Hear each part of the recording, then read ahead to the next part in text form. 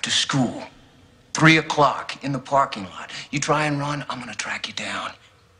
You go to a teacher, it's only gonna get worse. Welcome to the Inland Sports Show. Your leader in sports in the Inland Empire. The Riverside. Now, here are your hosts, Pep Fernandez and Jeff Gorham. When it rains, it pours. It was raining. Oh, my gosh. And welcome to a very busy Monday. So much going on, so much to talk about. Welcome to the one and only Inland Sports Show on Fox Sports IE 1350 AM. I'm Pep Fernandez. That's Jeff Gorham. Yes, it is raining outside. And everyone across the Inland Empire and Southern California, for that matter, you know, when it rains, everyone freaks out. Like, oh, my gosh, I gotta wear my beanie and my parka and my rain boots and all that stuff. Stormwatch 2018. Sure feels like it, doesn't it? Yes. Anytime you watch the news, the storms are hitting, the roads are slippery, people are going crazy, it's raining cats and dogs. How much did it rain? An eighth of an inch. An eighth of an inch, yeah. Everyone hunker down. It's going to get wet out there. No, but it was a perfect analogy because when it rains, it pours. There's so much going on between the national title game tonight between Georgia and Alabama. We also have all those NFL playoffs, a big weekend of basketball. We got Cal Baptist basketball tonight. We got the Mr. Football in the Inland Empire. We got CBU golf coming in. I don't even know where to start, Jeff. There's just so much going on. That's why I'm saying, and when it rains, it pours right here in the Inland Empire. So is it CBU boys golf or girls? Women's golf. Women's golf. Okay, get ready to tee off their season very, very soon. So it will smell nice in here because we always bring these football guys in and basketball players. They're always stinky guys. And they ruin the studio. It smells more like a carniceria, you know, lots of meat and bacon and sausage. Yeah. So, yeah, we might have some Chanel No. 5, and they might walk in with their putters and their tiny socks. Do you play golf? Are you a golfer? I can do anything, Pep. Anything. That's Mr. Perfect. Hey, I used to work at a golf course. I worked at Paradise Knolls. I did. I worked at Paradise Knolls in the summers when I was in college. I worked there and I worked at a movie theater. But I worked at a golf course, and I was a cart boy and then I was a starter. And those of people that are listening that knew that, I was pretty darn good. I was also the golf coach at La Sierra.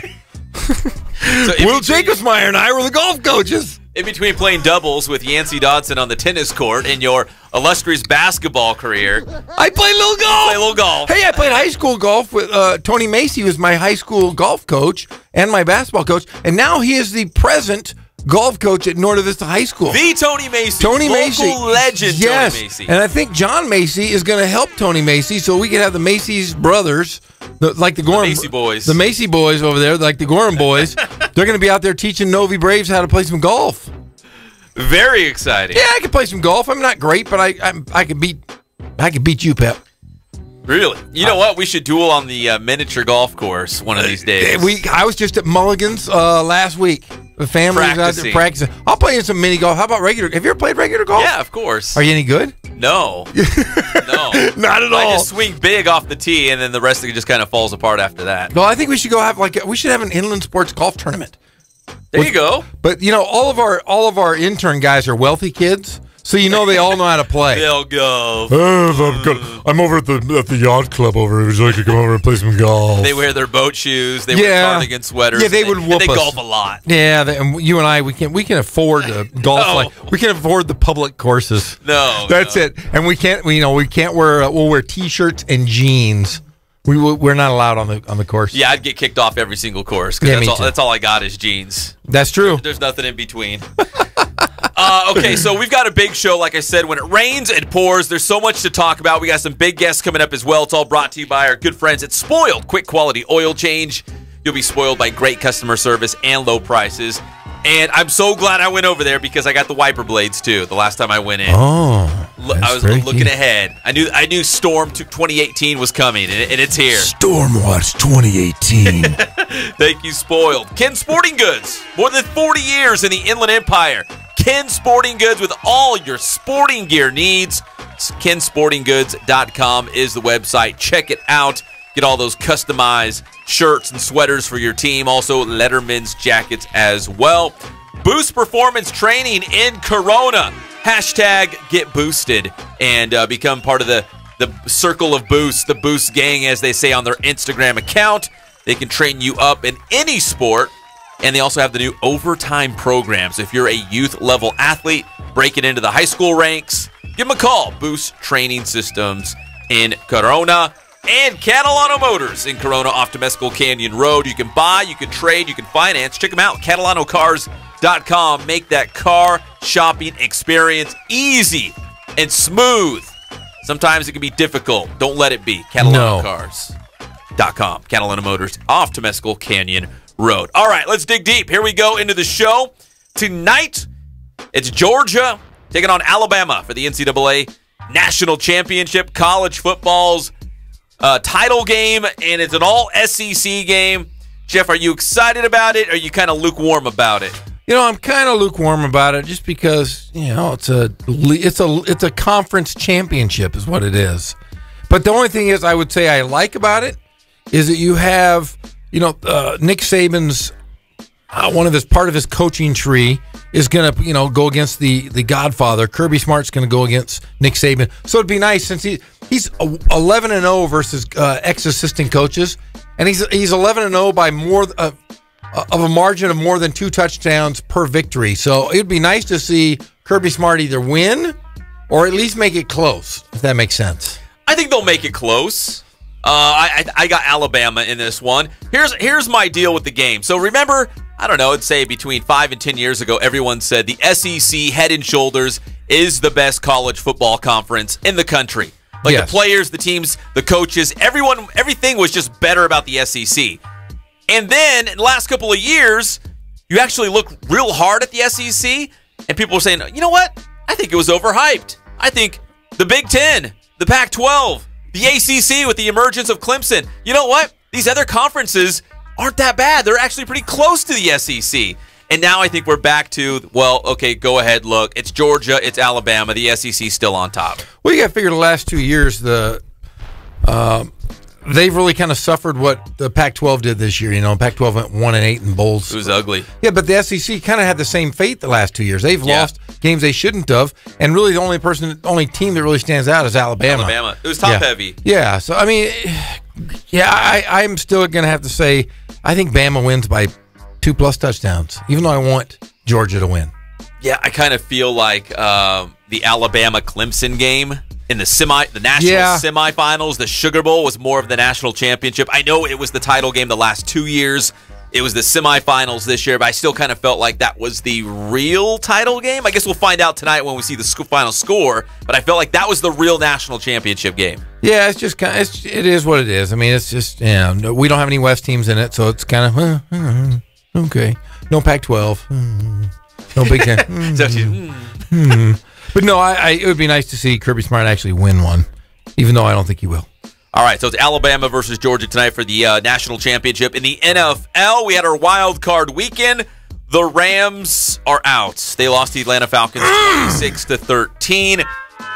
Todd Gurley had 101 yards on only 14 carries. And, Jeff, you were talking about last week. You wanted to see him get at least 20 carries. But Atlanta's defense, you got to think they were keen on Todd Gurley. They knew they had to stop the run and him out of the backfield as well. Well, they were undefeated when he carried the ball more than 20 times on the year. Anytime they got more than 20, he was undefeated. Or I should say the Rams were. You look at Goff, played okay. Only, 259 yards, 24-45.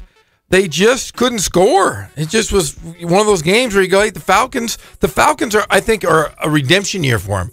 They were so close last year. They're dangerous right now. I'm telling you, and people are saying that they were soft early in the season. I don't think they're that soft. I think they're just, they had to kind of get their bearings back after losing the big game last year. Yeah, Atlanta's been around the block. I mean, this is a team that's gone through a playoff run. Matt Ryan is a seasoned quarterback. This is a team that's gone down this road before. The Rams, everything about the Rams is new. Jared Goff's new. Todd Gurley's new. Sean McVay, the new head coach. They don't have a lot of postseason experience. This was all, I guess you call it the process, right? You get to the playoffs this year. Maybe next year you take that next step towards a Super Bowl championship. But Atlanta's seasoned, man. I mean, they've been through this before. And I would not be surprised to even see them as a number 6 seed emerge out of the NFC. And could we have a Super Bowl rematch? You know what I mean? Like, it could happen. It could really happen. You really could, and I think they're the best team really built to do so. I mean, they did it last year, and virtually everybody's back from last year's team. They've added a few guys, subtracted a few guys, but they're playing great at the right time of the season. I don't see any reason that they shouldn't. I mean, the other 2 games were dogs. I mean, Buffalo game was a horrible one. 10-3. Yeah, I mean, who wants to watch that? That's funny you call it the Buffalo game. I call it the Jacksonville game. Oh, God, the Jaguars. Jaguars, as you called it. No, it was a goofy. I think Atlanta's pretty good. I think they're underrated. Atlanta could get hot. They've got some great players: Julio Jones, Matt Ryan. This is a team that could get hot. In fact, did you see in that victory against the Rams? DeMonte Casey, the pride of Cajon High School, that is right, forced a fumble on a kickoff, and it set up an Atlanta Falcons touchdown. So he was instrumental in helping them build that lead. It was 26-13, the final score against Los Angeles, the Rams. And the other NFC game, it was the Saints over the Panthers, 31-26. So here's how it looks in the NFC. We've got the Falcons going on the road to the top-seeded Eagles, although the Eagles are not the favorite. They're missing Carson Wentz. They're not even the favorite in that game. Yeah, they're a 3-point dog. Yeah. And then the Saints against the Vikings. And we're gonna go more into the NFL a little bit later in the show, but just real quick off the top. So that's your games in the NFC this coming weekend. Over the AFC, the top-seeded Patriots are at home for the Titans after that big win against the Chiefs, 22-21. Jeff called it. We were in the car driving to Santa Barbara, and Jeff called it. Mariota is a stud, and I loved him in college, and I'm telling you, he's got great poise, and he has so much upside still in his young career. He's just one of those guys you really can't bet against.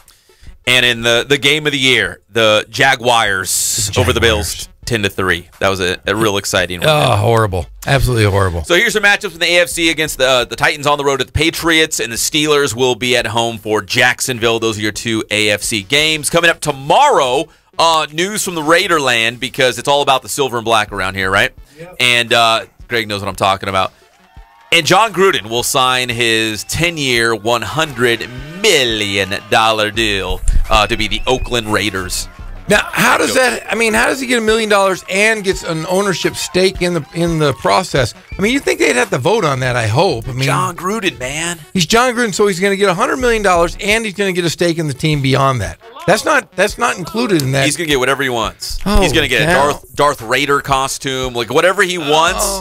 He'll have some real estate in the black hole, whatever he wants, whatever it takes. I'm telling you, now he's going to move to Vegas. Will he have like a glittery, a silver and black suit? Would be cool. Sequin suit. That would be cool. Something that lights up. He comes out because I know you like the Las Vegas shows. I think the Vegas first game, shows. John Gruden should just come running out and doing like a show tune, and he's like doing jazz hands and singing and bringing the team out on the field. It is the birthday of Elvis today. Is it? It is. I didn't know that. It is the birthday of Elvis Presley, the king.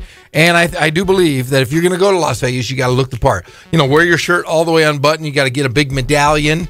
You got to slick your hair back, and you just got to look the part. So if he's going to do it, you might as well look the part. Go for it. Go all in. Go all in. You going to Vegas, go all in. Gruden, if you're going to do it, go all in, you big wimp. UC Riverside basketball, tough loss, 65-57 against UC Santa Barbara. And it was basically the story of their season in a snapshot in one game against the Gauchos. You fall behind real big and battle all the way back to make it interesting and just come up a little bit short. And Jeff, we're going to talk about it later in the game, but basically the whole way, the season, the entire season's played out like this, and that game was just a capsule of what's been happening to the Highlanders this year. Yeah, it's tough. I mean, like I said, they dig themselves that giant hole, and then they come right back and just come up a bit short every single time. And it is heart-wrenching, gut-wrenching to watch it, because you watch the guys play so hard, and they get right back in it, and then they give it up. So we'll talk more about UCR basketball and their upcoming game on Thursday as they're back in Big West Conference action against Davis back at home. And finally, the Ball brothers are set to make their debut in Lithuania, but it's LeVar Ball, the dad, running his mouth again, calling out Luke Walton that he's lost control of the Lakers. There's so many things he said about this, and we're going to pick this apart as well. I mean, he drug LeBron's name into the conversation. He drug Luke Walton into the conversation. We've got to peel this away. Yeah, there's a lot going on here with LeVar Ball. I've got a lot to say on that, so if we're going to... Your boy. Oh man, if he honestly, I know he's probably a good interview, but if we have friends that know him, if they said, "Hey, we can get LeVar on your show," I think I'd have to respectfully decline. It's funny you say that, because our friends down there at Fox Sports San Diego, Mark Willard, I heard him on right before us, saying that they actually said, "Hey, we can get you LeVar Ball," and they said no. And they said, well, we might get him anyways. And he says, well, I'll just not be part of that interview. That's what he said. He said it on the air right here. I heard it. Oh, yeah. Honestly, I'm just so sick and tired of talking about him. But there are we're going to talk about it. Yeah, I mean, I do have some thoughts. And what they're doing in Lithuania is a joke. They've taken that pro league and dismantled it, and now they're playing youth teams. That's what we said. You think they're going to send the Ball brothers to a reputable professional team in Europe? No, he's going to go somewhere he can manipulate the whole situation to what he wants. Yeah, they're not. You know, there's two. It sounds like there's two levels of pro teams in Lithuania. There's the good level, which they were in, and then there's like the younger level, which are high school kids. So like the G League. It's like the G League of G Leagues. It's like the Z League. It is literally like they've taken themselves out of the higher professional ranks, and I think they've called it the Ball Extravaganza or whatever it is, and they've taken 8 teams from the area, and most of them are comprised of youth kids, like high school kids, and a few pros that are from the area, but it's not top-notch guys. So, of course, they're going to go out and they're going to say, hey, the Ball 1 and Ball 2 got 35 each, but they're not playing against anybody. So they're going to talk about it and say, oh, yeah, they're getting their shot, but they're not any damn good. You know what I have to tell you, Jeff? You love that song. You were singing it all weekend. Yeah, I was singing it in the car to Santa Barbara. Yeah, I told you that. Like, you know what song stuck in my head? Welcome to Lithuania, the home of beautiful ladies. That's just stupid. just flat out. I mean, honest to goodness, he did change the outlook of this league, and they're playing against youth teams.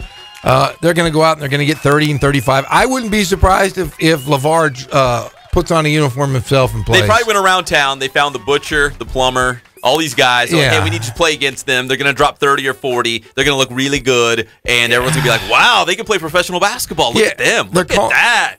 They're calling it the Big Baller something, Big Baller brand extra. I don't know. It's just stupid. And I'm just tired of it. I'm tired of this, him talking smack about Coach Luke Walton. Just let your son be a grown man and deal with himself. So divisive. Just get out of the way. Just get out of the way. I'm so sick and tired of him. All right, we're sick and tired of talking about it, but we're going to talk about it. Oh, I got more to say, trust me. Later in the show. And again, CBU golf coming up in about an hour, NFL playoffs, and in our next segment, we have our Marines Recruiting Station Riverside Athlete of the Week to announce. That's coming up, and our local scoreboard. We'll be right back. It's the one and only Inland Sports Show on Fox Sports IE 1350 AM. And one time at band camp,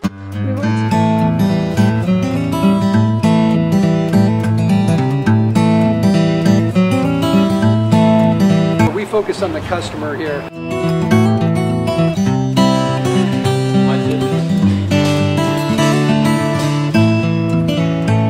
Believe it or not, that is the biggest thing for customers on an oil change. They just want the convenience of coming in, driving in, getting it done, and driving out.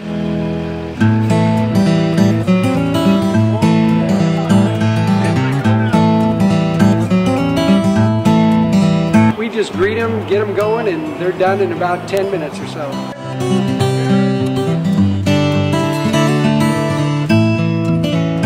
We don't push any sales on them. We do the oil change, and I think that's what sets us apart is our customer service. Vacuumed and cleaned your windshield for you as well. Everything's looking pretty good. Come into us one time, believe me, we'll spoil you and you'll be ready to come back the next time.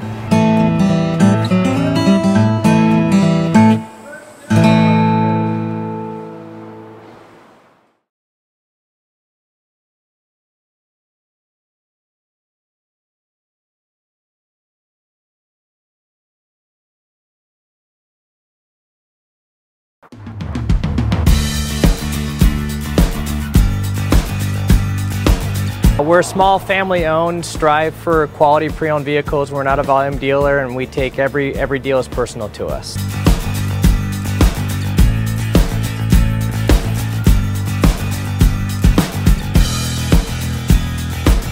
We're a low-stress environment. We're not a pressure sales house. If you want to shop us, you're more than welcome to shop us. We have, like I said, great rates, competitive financing, a lot of one-owner, clean Carfax, clean title vehicles.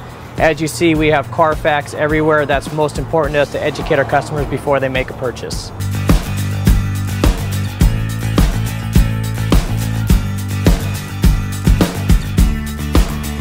We're right off of Ontario, right off a couple exits off the 15 freeway, off Cajelco, off El Cerrito, and we're right on the main drag going into Dos Logos and the crossings.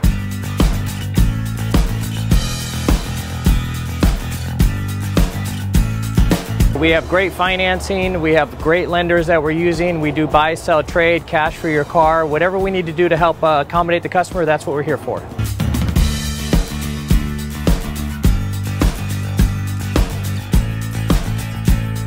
We have a little bit of everything. We start at about $69.95 and go all the way up to $100,000. We have Escalades, we have commuters, we have pickup trucks, we have Jeeps, sport utilities, and if we don't have it, our specialty is finding you exactly what you're looking for.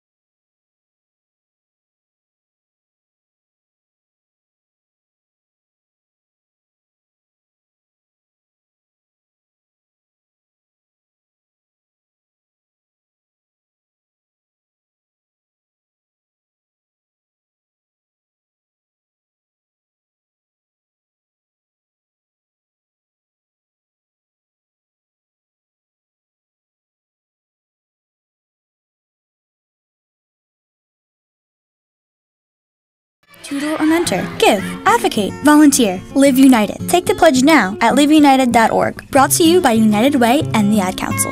People are always looking to invest in a good opportunity. So what if you could invest in the future of kids, like a stock? Not the kind of stock that's about making money, but a stock for social change, called Better Futures. With your investment, it helps students like me go to college. My name is Charles, and I'm your dividend. Invest in better futures with UNCF. Visit uncf.org/invest. A mind is a terrible thing to waste, but a wonderful thing to invest in. Brought to you by UNCF and the Ad Council. 1.21 gigawatts! 1.21 gigawatts! We're back to the Inland Sports Show. Here are your hosts, Pep Fernandez and Jeff Gorham. Ladies and gentlemen, John Gruden. They're gonna set my soul, gonna set my soul on fire. Got a whole lot of money. Oh, man. The birthday of Elvis Presley. Listen, the Raiders aren't moving to Vegas for another year or two. We'll see what happens with the stadium because they haven't even broke ground yet, although they're supposed to move in 2019. They're going to be playing at UNLV. But John Gruden performing all week in Mandalay Bay. And then coaches Sunday night. Welcome back to the one and only Inland Sports Show on Fox Sports IE 1350 AM. Appreciate you joining us. A little bit later in the show, we'll have CBU women's golf. Can't wait. 3-time Pac West champion. Finished number 6 in the entire country last year, and they're really good again. 6? Yeah. It means that there was only 5 other teams better than them? Yeah, they're going to get them this year. I got a feeling. They're going to get inside those top 5. And I know we're all hunkered down for the big storm of 2018, but it's almost golf season. Golf is a spring sport. Golf it's almost golf almost season. upon us. It's almost spring. I know. They have a little short little fall schedule, but the spring is when it really gets juicy. Yeah, I can't. We're all hunkered down, though. We're all bracing for the big storm of 2018. I mean, it's really coming down out there. Yeah, there's no rain. We've had no rain at all. I kind of like global warming, though. We need it. You like global warming? I do. I like being warm all year round. I'm like, call me a jerk, but I love that you guys are putting gas in your cars and whatever's doing. The polar ice caps are melting. Man, I'm telling you, as long as I'm staying warm, I'm happy. My brother lives in New Hampshire, and it's like minus 900 degrees back there. He's like, what global warming? I have no idea what you're talking about. They had to cancel school. It was like minus 19 degrees. Ugh. That's cold. I like my 70s. I can't even imagine, yeah. I was wearing shorts earlier today, and I had to put on sweats because I got a little chilly. It was like 70s. Dressing up just for us? Oh, yeah. Sweat because I was ready. Hey, we're going to get to our local scoreboard in just a second, but real quick, it's time to announce our Marines Recruiting Station Riverside Athlete of the Week, and we're going to step inside the gym and hit the mat because it's Santiago star wrestler Joshua Kim. He's a 3-time Riverside County champion. Just won the county championship over the weekend at Arlington High School at 160 pounds. He made it all the way to the CIF state meet last year. Runner-up at 152. Josh Kim, big-time stud for the Sharks. I hope he wins state this year. So close last year. He was right there, but now he's at 160, bulked up a little bit, add a little bit of weight. That's a good thing, right? If you're a wrestler, you want to eat. They're always starving. The wrestlers are always starving. They're always hungry. So he put on a little weight. He's at 160 now, and he's a 3-time county champion. And even better, he's the Marines Recruiting Station Riverside Athlete of the Week. Congratulations, Joshua Kim from Santiago. Did you know that young man is going to Harvard? Smart, too. He's going to Harvard to wrestle, and they say he's like the 18th best wrestler in the country, which makes him the best in the world. That's impressive. He's going to Harvard, so he'll be doing math problems as he's kicking your butt. No offense to football and basketball and soccer and baseball and softball and volleyball and all the sports I love. But the wrestlers, I've covered a lot of wrestling, interviewed a lot of wrestlers. Some of the nicest guys. Like, they're always like the 4.5 GPA, involved in their church. They work at the mission on the side, serving the homeless. Like, they're always like the best kids. But they're also the toughest human beings on the planet. That is true as well. I have a great wrestling story for you, if you'd like, from the great Jimmy Rodriguez. Wait, hold on. In between your basketball, golf, and tennis, you're also a wrestler. No wrestling. No, I'm too much of a wimp. Okay, but here we go. We're in Palm Springs, and we're at this at like an Albertsons, and it was like middle of the night. We were at a coach's clinic, and we brought our friend Jimmy Rodriguez, who is was the wrestling coach at Harupa Valley. He was a softball coach at Chaffey College. He was an All-American wrestler at UCLA. He's literally like 3 feet tall. He's maybe 5'5", maybe, but he looks like a little human bowling ball. He's a tough guy, right? And he's a really tough guy. So we're in Palm Springs at this Albertsons, and somebody goes and takes beer. They stole beer from a supermarket, and Jimmy Rod was by the front door. J-Rod was at the front door, and Mark Guard over at Harupa Valley was there as well. The head baskandball coach at Super Dupa? Yes, we were all there, and I said, Mark and I were like, that guy just stole beer. And Mark said, hey, why don't you put that beer back? As we're outside the door, and the guy says, F you, Mark Guard. And he didn't say Mark Guard. He said, hey, he gave him a couple expletives. Yeah. And then he yelled back at Mark Guard, and Jimmy Rod, out of nowhere, J-Rod walks up to this guy and says, are you talking to my friend? and the guy looked at him and says, who are you? And it's like basically like, you're nobody. I'm Jimmy Rodriguez. He takes this guy down who had beer in his pockets. He had beer all in his pockets and bottles. Jimmy Rod takes him down like in 8 seconds. He did some moves, and all the bottles broke in the guy's jacket. And the people from Albertsons, the grocery store, came out and we're like, what's going on? This guy was just stealing from you. He bothered my friends. But J-Rod over here took him down. They called the police, and J-Rod held him down. And J-Rod is no bigger than a thumb. I mean, he's like a walking thumb. He's a little tiny guy, and he took him down. It was the best thing I ever saw. So I don't mess with wrestlers ever. Oh my God, toughest guys ever. And keeping peace in the community for us. He was a good man, and he's like 2'6". Didn't we have a CBU wrestling coach? 2'6". A CBU wrestling coach did something similar. That's recently, right? They're always Coach heroes. Derek Moore. They're always heroes. These They're guys. just good guys. But you don't want to mess with them. Ernie Ledesma, the coach at Hillcrest, he's the toughest man I've ever met. I won't mess with him. I won't mess with Davey Hopkins' dad over at Dave Hopkins at the Kung Fu Sansu. But I'm telling you, man. I'm telling you, wrestling coaches are insane, and Ernie Ledesma is the most quiet, nicest human being in the world, but he will pull your fingers right off your hand if he gets mad at you. Pull him right off. Well, Greg will have my back when I say people on the gram will tell you some heroes don't wear capes, right? That's very popular. Very popular on the gram and Twitter right now. What? They are like superheroes. We love the wrestlers here. So congratulations again to Joshua Kim from Santiago, the Marines Recruiting Station Riverside Athlete of the Week. Big weekend of sports, scores galore. Jeff, you got some over there at the Inland Sports Update Desk? The Update Desk. The Lakers finally win after losing 9 in a row. They did? Did yes. Lonzo Ball play? I think he played, didn't he? He did. He has an ugly jump shot. They won 132 to 113 over the Atlanta We're going to talk more about Hawks. the Lakers and Lonzo Ball later. Yeah, but I'll say this. The Lakers now are 12 and 27.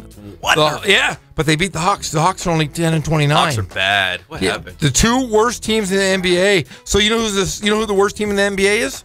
The Atlanta Hawks. Is it? With 10 wins? Yes, and you know who the second worst team in the NBA is? The Lakers. Yeah, with 12. Yeah, that's really bad.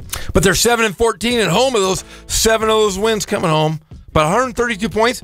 Brandon Ingram with 20 points, 1 rebound, and 7 assists. You gained some weight there, Brandon Ingram.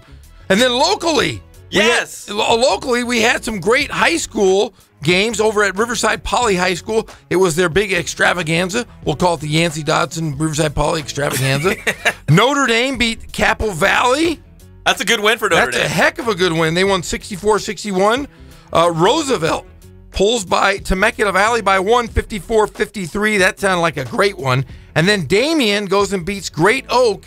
But Damien in the third quarter outscored Great Oak 33-0. We saw that on Twitter. Remember that? We had to double check. Even Tim Cook, who's the head basketball coach at Life Pacific, his son Austin is a star for Damien. He's never seen anything like it. I would have loved to have been in the stands there to see that. Yeah, I mean, unless you're a fan of Great Oak, then you probably didn't want to see that. Well, they won 72-50, so Great Oak must have been winning at some point if they outscored them by 32 or 33. Have you ever seen anything like that at any level, like a 33-0 run? No.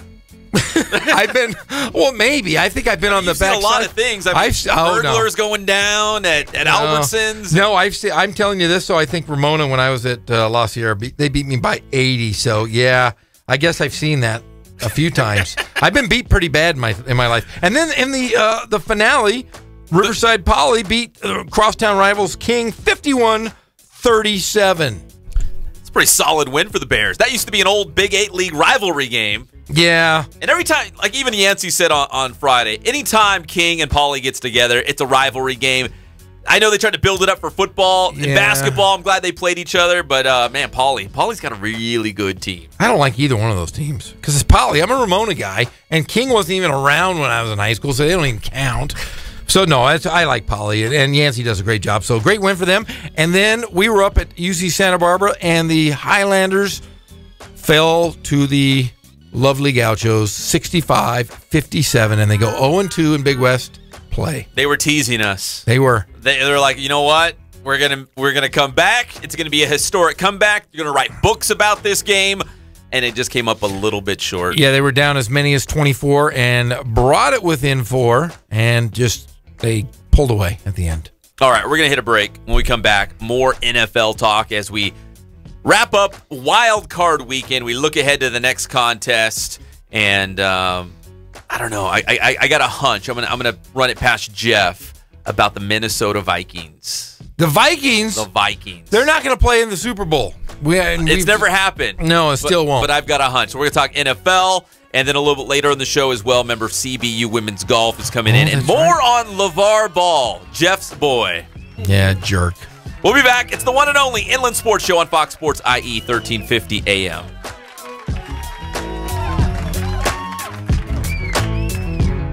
Paddy O'Brien, ex-Irish assassin. His trademark, a superstitious man, he leaves a tiny keepsake from his good luck bracelet on every victim he kills. Scotland Yard would love to get their hands on that piece of evidence. Yeah, they're always after me, Lucky Charms.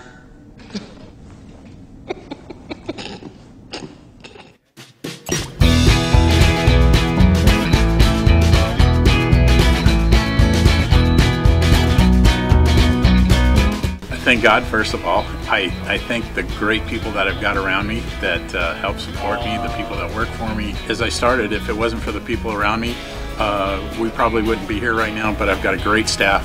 I've got great people that do stuff for us outside the store, and we've been very, very fortunate.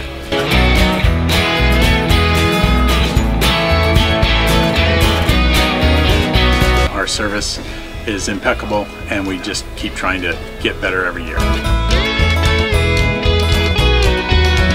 We can do online stuff for your teams, as well as, like I said, the screen printing, the embroidery. We also have 3 women that do extra sewing for us, like tackle tool on uniforms, or the bling or rhinestones for different shirts for the ladies.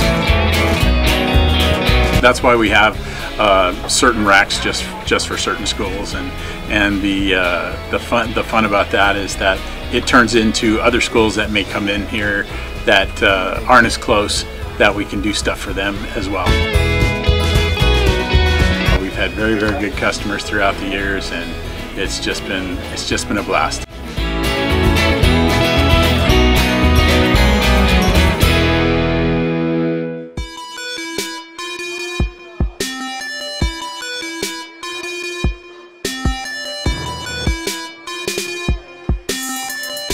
I played once upon a time at Centennial High School. I was actually on the first ever CIF championship team back in 2000, and then my senior year we won it again.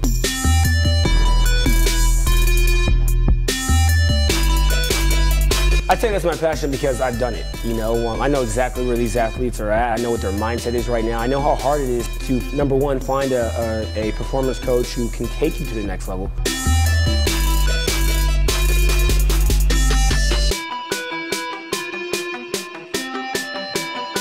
What sets us apart has to be, you know, how we work with our athletes and what we know.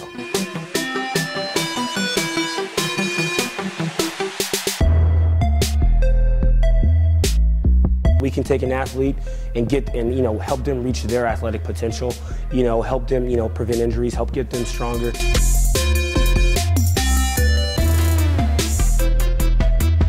I know every single athlete who steps into this gym. I know exactly where they're at, and I'm going to progress them every week. If you're not getting results, then, you know, really what's it about? We're going to deliver something that's measurable, you know, in terms of speed, power, you know, strength, agility.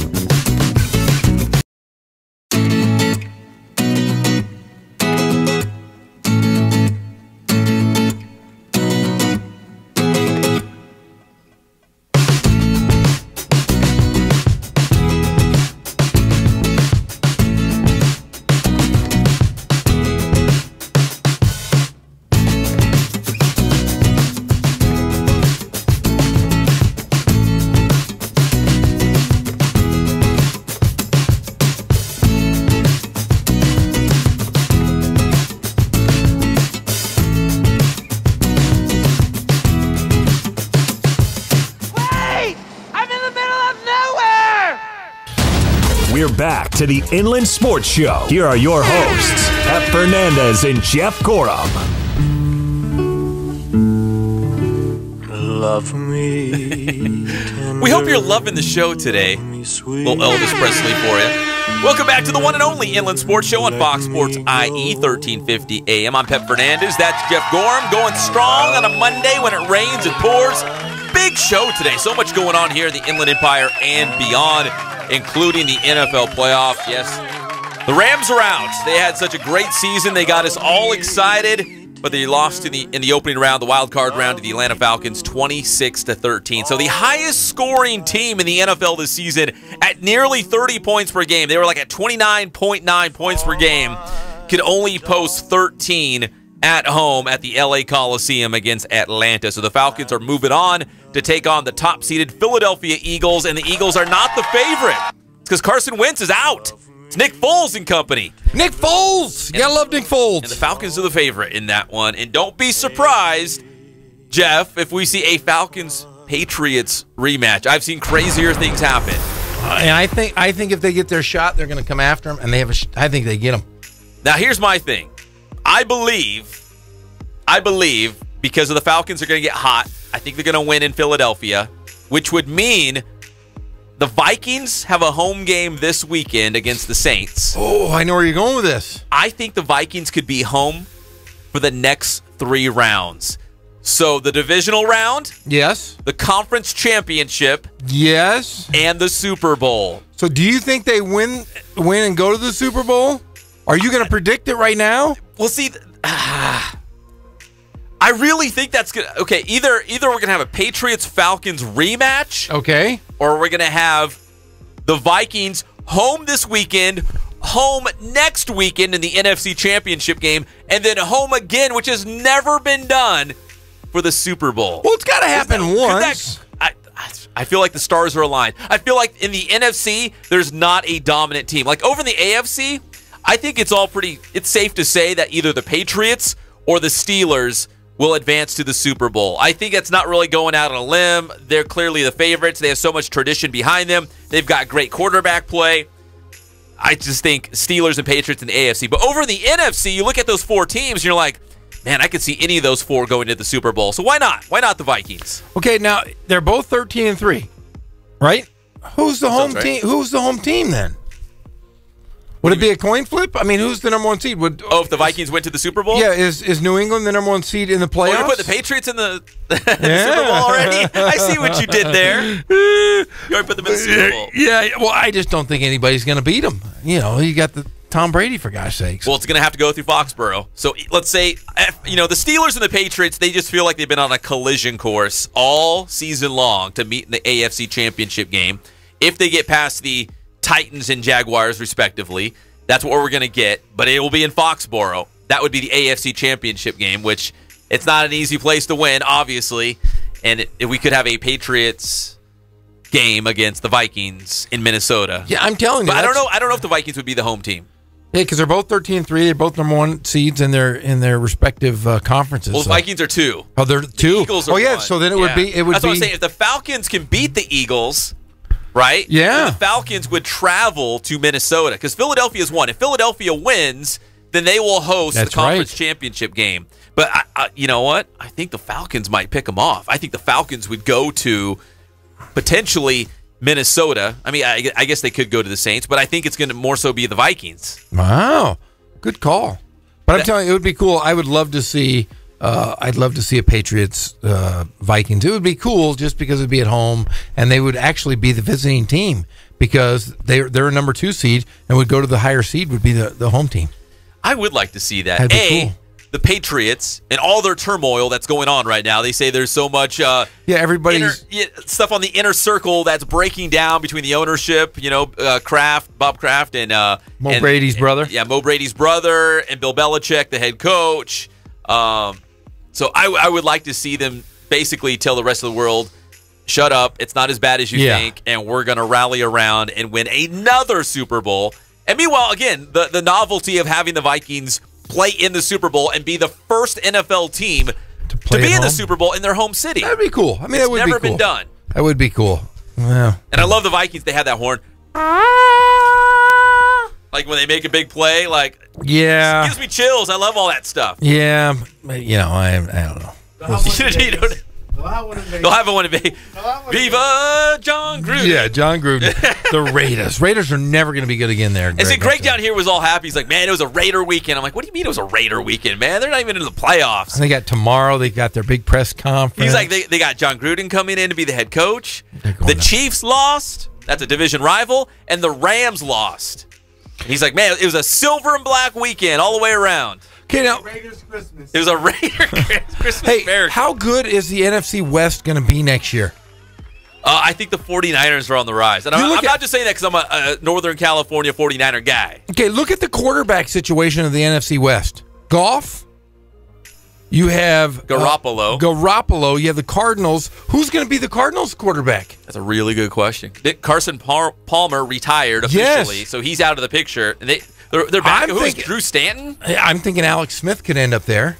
Oh, good. That wouldn't. And you have Russell Wilson at the other quarter. Those are four. That's great quarterback play. And the coaching staffs. Think about the coaching staffs. You have a new coach coming in Arizona. You've got great Pete Carroll. You've got the little short guy from the Rams, McVay, and Kyle Shanahan. And Kyle Shanahan. Bright young, like McVay, a bright young offensive mind. Those are for the 49ers. Amazing coaches. Pete Carroll has owned that division, and now you've got great coaches coming in that could really unseat Can you them. imagine Alex Smith going to the Cardinals, going up against the 49ers? I'm twice telling a you. Season in division play. It makes sense for him to go somewhere, don't you think? I mean, he's not going to. I hypothetically threw out the Browns because it would maybe be a good story to start. You know, you have a reputable quarterback starting your program. You have 2 draft picks. You can go offensive line. You can do almost anything with those guys. Trade, get guys. But man, that wouldn't be it. That's not a bad fit for him. I think Alex Smith would be a great quarterback in Arizona. So that's the question for the Chiefs right now. If we want to go off the beaten path just a little bit, the Chiefs have Patrick Mahomes, right? The young guy. Mahomes or Alex Smith, who's the veteran who's been around the block, and I know he's not flashy and has all the bells and whistles, but he's dependable and he wins. But do you take that risk? See, when I look at it, I've lived my life cautiously for the first 30 or so years. Yes. Alex Smith was my guy. I like to play it safe. I don't take a lot of risks. I'm very cautious. That's Alex Smith. He's a 20-yard. I'm going to throw 20 yards down the field. Exactly. Doesn't go deep. Yeah, I'm with you. You don't have to worry about it. Yep. Right? No worries. Yep. Very dependable, reliable, very safe. But I've learned later in life, if you want big rewards, sometimes you have to take big risks. And Mahomes might be that risk. He might be that home run hitter that they're looking for. So while they know what they get with Alex Smith, that's the safe, cautious choice. It's like putting your money into an account or investing your money into a certain company that you know it's safe, it's going to make you a little bit of money, or do you run the risk of going big? Is Mahomes that big swing that they're going to take and be a little risky? Who's the coach there next year? It's Andy Reid, isn't it? Yeah. Oh, you mean for Arizona? Yeah. I think Alex Smith would be a great addition to that Arizona Cardinals. I just do. He's safe. Yeah. I'm a safe guy. I like it. I like being cautious. Yeah. I mean, there's new blood there in Arizona. It'd be nice to just see him do something, a little bit of change. But I'm telling you, those are four incredibly good teams with incredibly good coaches and great quarterbacks. 3 of the 4 so far are phenomenal quarterbacks. Yeah, people were making fun of the NFC West for a while. Yeah, not anymore. It's on the rise. The Rams are young, and I know a lot of people are feeling defeated this morning because they're Rams fans, and they got everyone excited this year, being the top scoring team in the NFL, and they did so well. They won the West, and then they laid an egg in the opening round, but that's okay. They're young. Again, everything about them's young. Gurley, Goff, they're going to be just fine. They're a young team. They're going to be around for a long time. If they keep all those pieces in place, the Rams will be fine. So the Rams are looking good. 49ers, again, young coach, Shanahan. Garoppolo's now on the scene. He was turning those receivers for the 49ers into household names. I'd never heard of them, and I'm like, wow, these guys are pretty good. He was hitting 7 and 8 receivers a game for his streak of 7 wins? Real Tom Brady-ish. Yeah, I mean, he was spreading the field. I mean, what a good quarterback and a great story there. Looked like Mo Brady's brother out there. Mo Brady's brother. Spreading the ball around. Yes. So, yeah, the NFC West is going to be a lot of fun for season to come. And Seattle, a little long in the tooth. Russell Wilson's still in his prime, and he's very, very good. But they're a little long in the tooth on the defensive side of the football. I think their window's closed. The Legion of Boom is dead. Did you have to say? I mean, who's back? Sherman's got a torn Achilles. They don't have anybody. That's the Kobe Bryant injury. That's tough to come back from. That's the tough one. And everybody's either been arrested or been hurt or been traded. Yeah, that team is a mess. Yeah. Like, really are they're a mess on and off the field. Yes, they are. So if you're looking at the NFC West, there's a lot of question marks with Arizona. Seattle's long in the tooth. 49ers are on the rise, but so are the Rams. The Rams are already here, and they're young, and they're only going to continue to get better. And, again, I know it stings right now, Rams fans, on this morning. Got a lot to look forward to. But, yeah, you got a lot to look forward to, all those young pieces in place. When we come back, we'll talk more NFL here on the Inland Sports Show. We've also got the Cal Baptist women's golf team. They're in the house, right? They are. Did they bring the whole team? No. Oh, okay. I didn't know if they brought the whole, CBU van and just unloaded, I was hoping. I was picturing, those, like a clown car. Yes. And they open up the door and, 30 clowns come piling out, like this little, Volkswagen No. bug. There was just one, and she was out there. She was swinging golf clubs around. I said, "What are you doing? We're downtown Riverside. You can't do that." Did you say I played golf once? I was played actually pretty good. Yeah, pretty good. Back in between my tennis matches, my private lessons at whatever club you were at. Hey, Victoria. I was a Victoria guy. All right, we'll talk a little golf, CBU women's golf. We'll also retouch what is going on with LeVar Ball, the Lakers, Lithuania. It's all just a mess. Oh, it's just a it's travesty. a soap opera. We'll talk some UCR basketball. Can't wait to talk about that. Yeah, we still got to go back and break down what happened on Saturday and get you ready for their next Big West Conference game. And Mr. Football in the Inland Empire. Oh, that's a good one. That's coming. I can't wait to talk about that one. Yeah, we're going to talk about Mr. Football. That's the MVP of high school football in the 909, the 951. We're going to name the finalists once again, and we're going to kind of talk about it as well. Hey, we also have the rosters somewhere in there. Jeff. I'm burying the lead, as they would say in the business. Yes, there we go. So, yes, there's something big coming up later on in the show. So we will unbury the lead when we come back, because we do want to talk about the fact that the Inland Empire All-Star Classic is coming. I know people have been hitting you up, Jeff, all over Twitter, saying, "Where's those rosters?" Yes. Well, we've got the rosters in our hot little hands, and I know a lot of people already know, but if you haven't already, we'll go over some of the rosters. We'll get them posted on the Inland Sports website as well, so you guys can see them with us, and we'll go over some of those names. We'll be right back. It's the one and only Inland Sports Show on Fox Sports IE 1350 AM. Mr. Madison.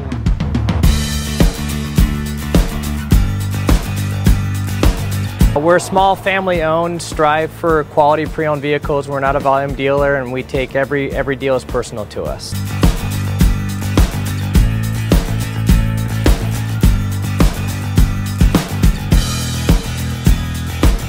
We're a low-stress environment. We're not a pressure sales house. If you want to shop us, you're more than welcome to shop us. We have, like I said, great rates, competitive financing, a lot of one-owner, clean Carfax, clean title vehicles. As you see, we have Carfax everywhere. That's most important to us, to educate our customers before they make a purchase.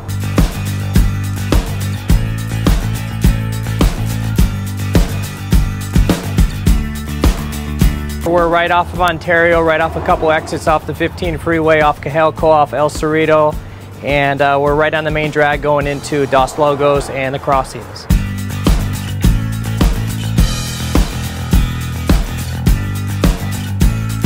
We have great financing, we have great lenders that we're using, we do buy, sell, trade, cash for your car, whatever we need to do to help accommodate the customer, that's what we're here for.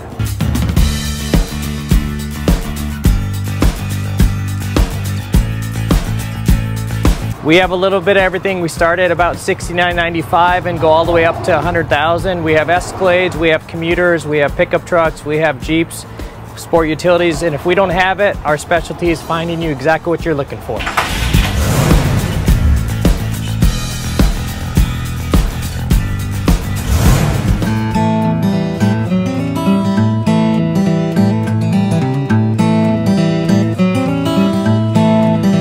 Focus on the customer here.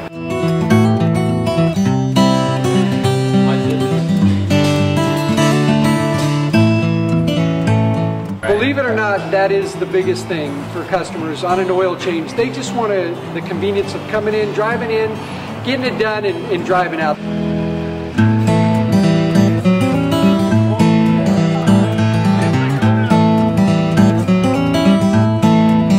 We just greet them, get them going, and they're done in about 10 minutes or so.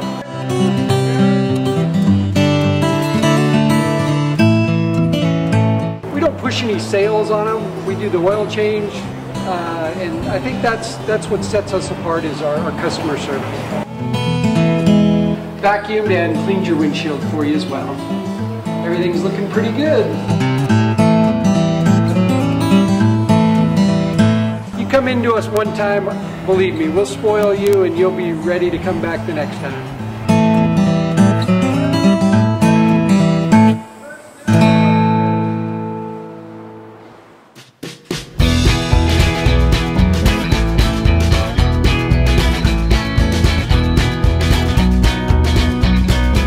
Thank God, first of all. I thank the great people that I've got around me that help support me, the people that work for me. As I started, if it wasn't for the people around me, we probably wouldn't be here right now, but I've got a great staff. I've got great people that do stuff for us outside the store, and we've been very, very fortunate.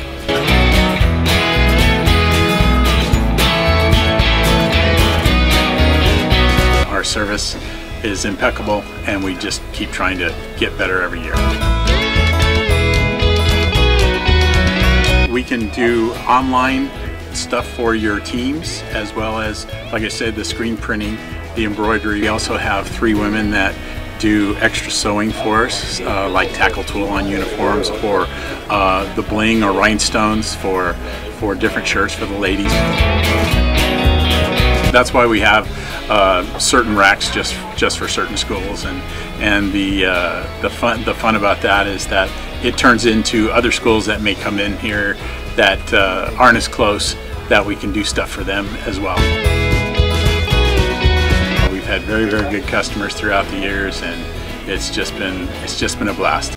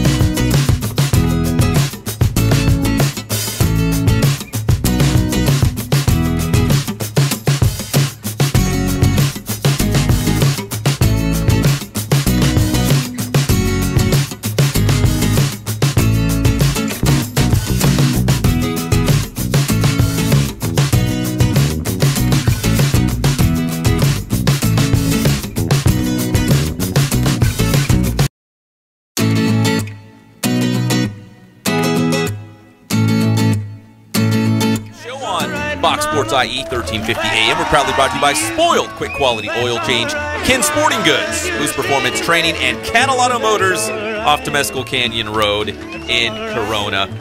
Jeff, your phone's blowing up over there. You don't have to name names. I know you have to name drop. But yeah, I got a big phone call from somebody. Somebody who's you're not at liberty to say though. No, but it was a nice phone call. I'm going to call him back right after the show and touch bases with him. We've been getting lots of phone calls. Yeah. I got another one that it shocked me. One that shocked me, like, to the point where Jeff's stunned over here. I have not been stunned like this ever because it's a big deal. He's at a loss for I'm words. at a loss for Doesn't words. happen very often. No, never happens, for God's sakes. All right, we're talking Cal Baptist women's golf right now as they're getting set to open up their spring portion of the schedule. We're going inside the Lancers, presented by Magnolia Heating and Cooling, and Coach Machado and Erica Wang here in the house in the Inland Sports Studio. And first off, apologies to Erica. She's a Santiago shark, and I've got my Centennial gear on. And so apologies to Erica, and congratulations to Coach Machado. I heard you've got a baby on the way, right? Yep, I have baby number 2, a little girl on the way, so I'm really excited about that. Hey, congrats! Yeah, do you have a little boy or a little girl at home already? A little girl. I think I'm meant to be with all females for my whole life, so that's what my mom told me. Yeah, you know what? I'm married, and I got 2 daughters of my own, so now I got 3 girls in my house telling me what to do and where to go, and they make my mind up on everything. So welcome to the club, Coach Machado. Thank you. See, Jeff has boys. I got 3 boys, yeah. It's a little different ball game when you got boys. Yeah, but my wife still runs the house, so I'm still run by Well, we're excited to talk about Cal Baptist women's golf. They got the Long Beach State 4-ball championship at Canyon Crest, so it's here in Riverside, Coach. So how does that work? Well, basically, I want to start out the spring semester with a Division I opponent, and we just try to call whoever will accept an invite to play against us as a Division II opponent. Because you guys are really good. I know you're humble and modest. I'll say it for you. You're really good. Well, the girls do really well, so I'm really proud of them. And we just try to find something to start the spring off, something fun. Last year we did a Ryder Cup against UC Riverside. This year we're doing a 4-ball championship against Long Beach State. So it's not a typical format. It's a fun format to get everyone excited and hopefully energized to practice over the long Christmas break to lead us into the spring when it really starts and really matters at the beginning of February. And Erica just named a team captain. Is that true for the upcoming spring season? She's been our team captain since this fall, and a team captain for our team is a really big deal. The captain is kind of the go-between, the bridge between me and the players. She picks all the food locations, which is a big deal on the trips. Oh, that is a big deal. So if anybody complains, like, it's Erica chose it. Yeah, talk to the captain. But, she chooses really good stuff and just really takes the young underclassmen under her wing. And we had a great captain, Laura Scrivener, last year that set the bar high and really took Erica under her wing. And it's good for us. Some teams don't believe in team captains, but for us, it's a necessity for sure.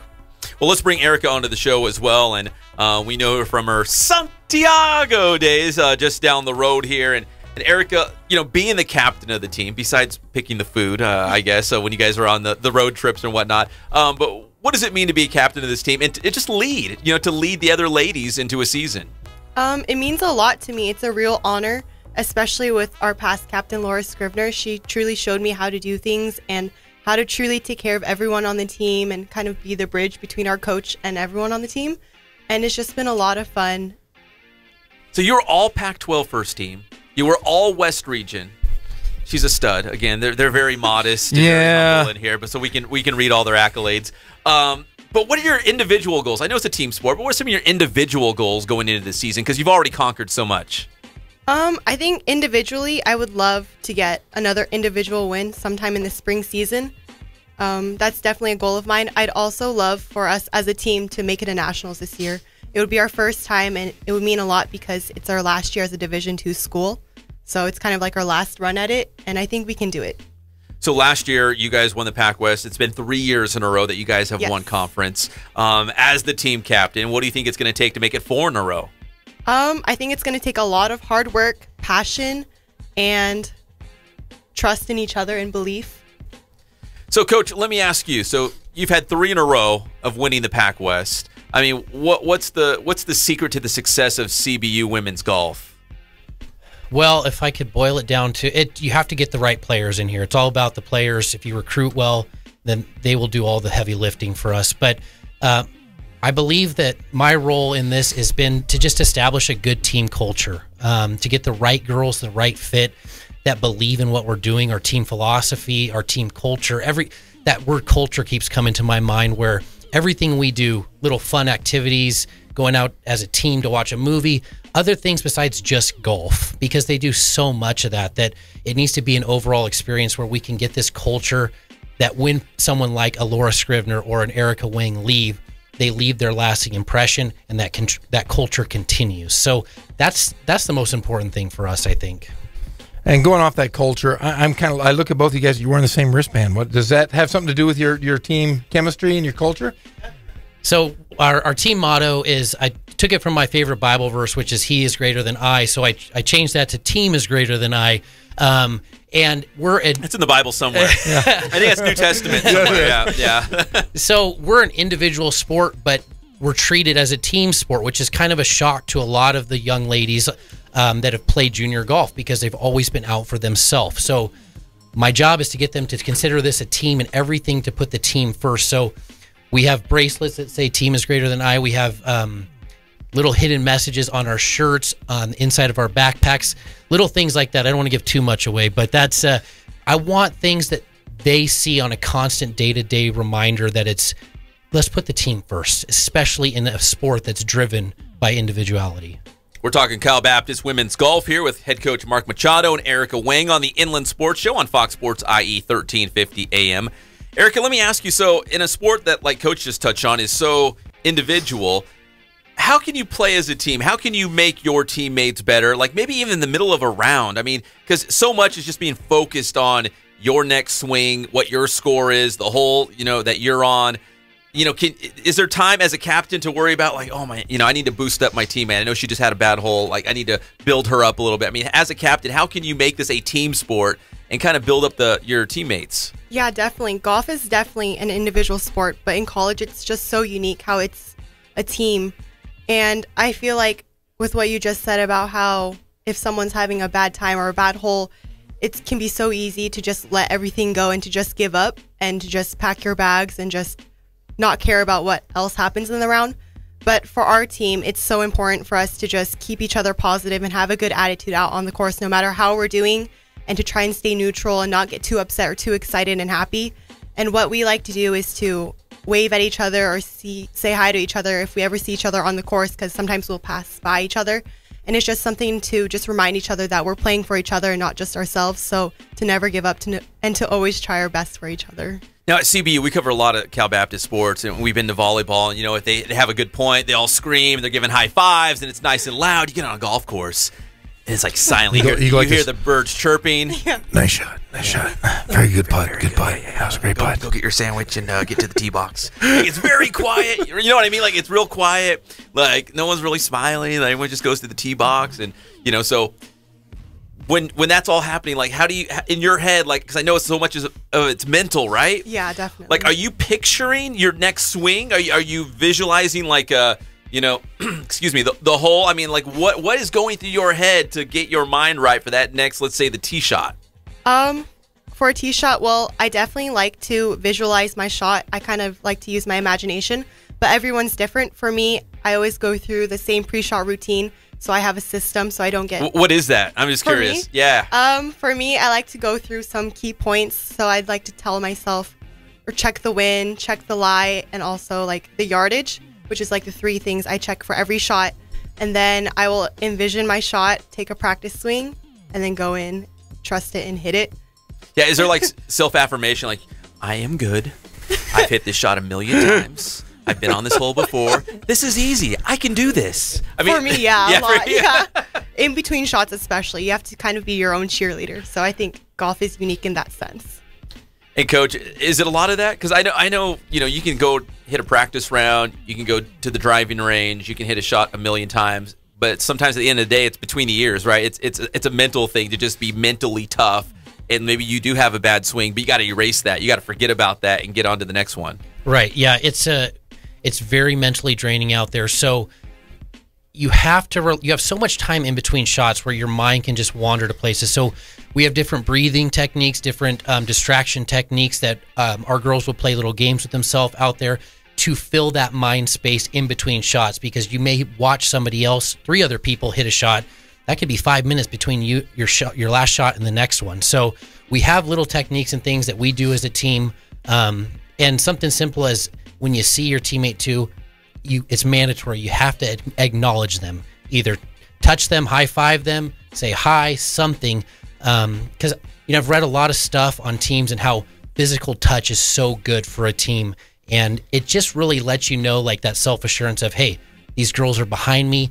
I need to keep fighting. So we have little tips and tricks that we do out there to. Yeah, don't give away all your secrets on the air. I mean, Dixie State could be listening. Somebody could be listening right now. So I don't give away all your secrets. That's why you guys are the best. 3-time conference champions. And again, number 6 when they ended the season last year, right? Number 6 in the country. Do you guys hang around for one more segment? Let's take a break. We'll come back. We'll talk more Cal Baptist women's golf. And I know Jeff's itching to talk about LeVar Ball later in the show. Your boy. So thrilled to talk LeVar Ball. I know. Yeah, I want to ask more questions about Cal Baptist here because they're doing something right over there. Yeah, I want to ask them because it seems like everyone at CBU wins.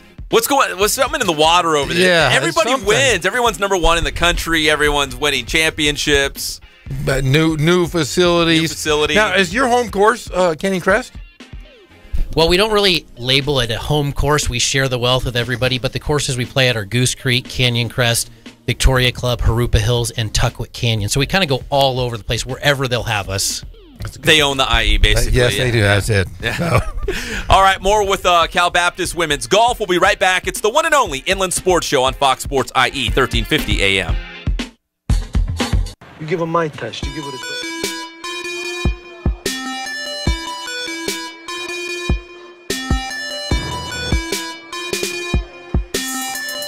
I played once upon a time at Centennial High School. I was actually on the first ever CIF championship team back in 2000, and then my senior year we won it again.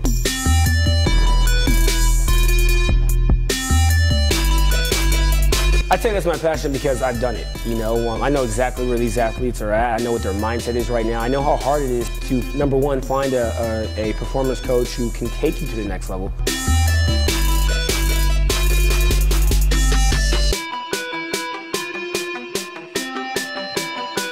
What sets us apart has to be, how we work with our athletes and what we know.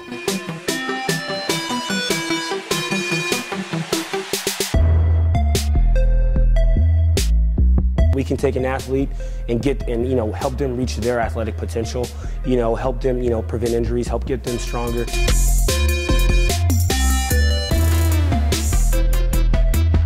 I know every single athlete who steps into this gym. I know exactly where they're at, and I'm going to progress them every week. If you're not getting results, then, what's it about? We're going to deliver something that's measurable, in terms of speed, power, strength, agility.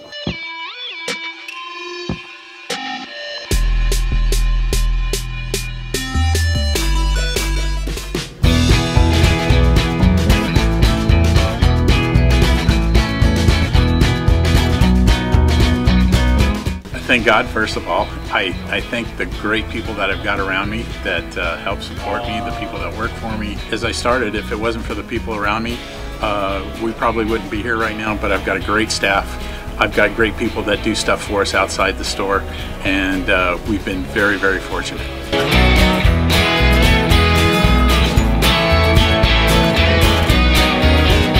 Our service is impeccable, and we just keep trying to get better every year. We can do online stuff for your teams, as well as, like I said, the screen printing, the embroidery. We also have 3 women that do extra sewing for us, like tackle tool on uniforms, or the bling or rhinestones for different shirts for the ladies. That's why we have certain racks just for certain schools, and the fun about that is that it turns into other schools that may come in here that aren't as close, that we can do stuff for them as well. We've had very, very good customers throughout the years, and it's just been a blast.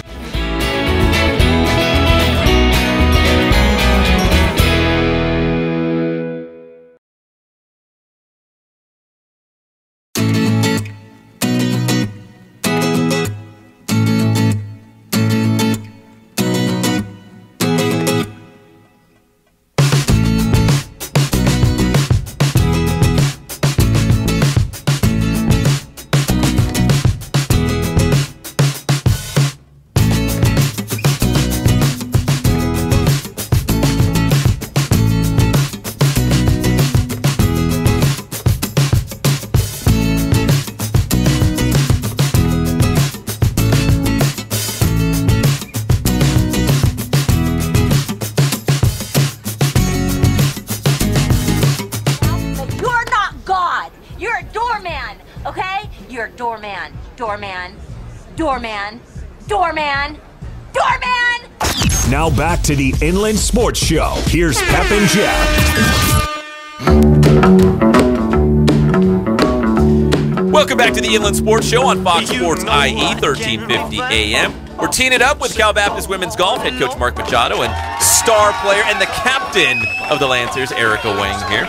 And Coach brought up a great point. All the fall teams won at CBU. I mean, the pressure's on. The expectations are very, very high. The bar has been set high, right, Jeff? Yeah, either win or go home, right? I mean, that's kind of what Cal Baptist is doing, though. We were just talking off air. Ranked number 1 in women's cross country. You've been preseason ranked in baseball. You guys finished 6th in the country last year. You guys are doing some great things. You got new facilities. What is it? Is it the water? You tell us what is drawing all of these great student athletes to Cal Baptist. Well, I think first and foremost we have a president that supports athletics, which is really important. That is at games, is financially supporting. We have a vice president, an AD that are just all in for us. And so we have the support and we have the tools at our fingertips. And now it's just a matter of getting the right coaches and the right coaches getting the right players that fit what CBU is all about. And, that's representing our Lord, representing our school, and representing, the Riverside area and all that we do, and just, being good stewards of what we have. Now, you had mentioned earlier that it's hard to find some Division I programs before you complete this transition, obviously, and become a full-fledged Division I school. But to play some Division I schools right now, you won the Cal Poly Invitational, right? You had a golfer on your squad finish number 1. Who was that? So our sophomore, Samantha Martirez from the Philippines, actually won the event. And so it's really tough to get invites into Division I events as a Division II school because the Division I teams have nothing to gain from this. Yeah. Rather, it's a lose, right? It's because they're supposed to beat us, and if they don't, then the teams that are there get frustrated. So I get that, and we're making that transition next year. So it's I'm starting to think about things differently now, going from D2 to D1.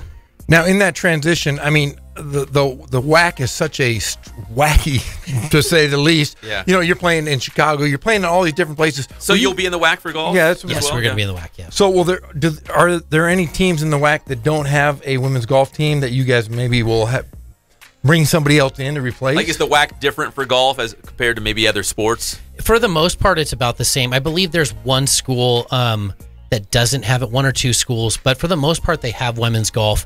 But we're not like a basketball where we're going to go play home and away. Okay. Golf is invite only, so it's a lot of times who you know, who you've been nice to, who likes you, who's going to invite you to your event. So finding a schedule for next year has been a big challenge, but made a lot of calls, a lot of emails, and we have a schedule prematurely set right now. We got to get some budget stuff fixed, but if it all goes according to plan, I think we're going to have some good competition for sure. But it's invite only, so that's very tough because you have to be invited. It's not a scheduled, you get to play this team. A little different. Yeah, I want to say, it sounds like a lot of traveling. Like, we'll play, we'll travel. You know what I mean? Like, hey, if you'll let us in, we'll be there.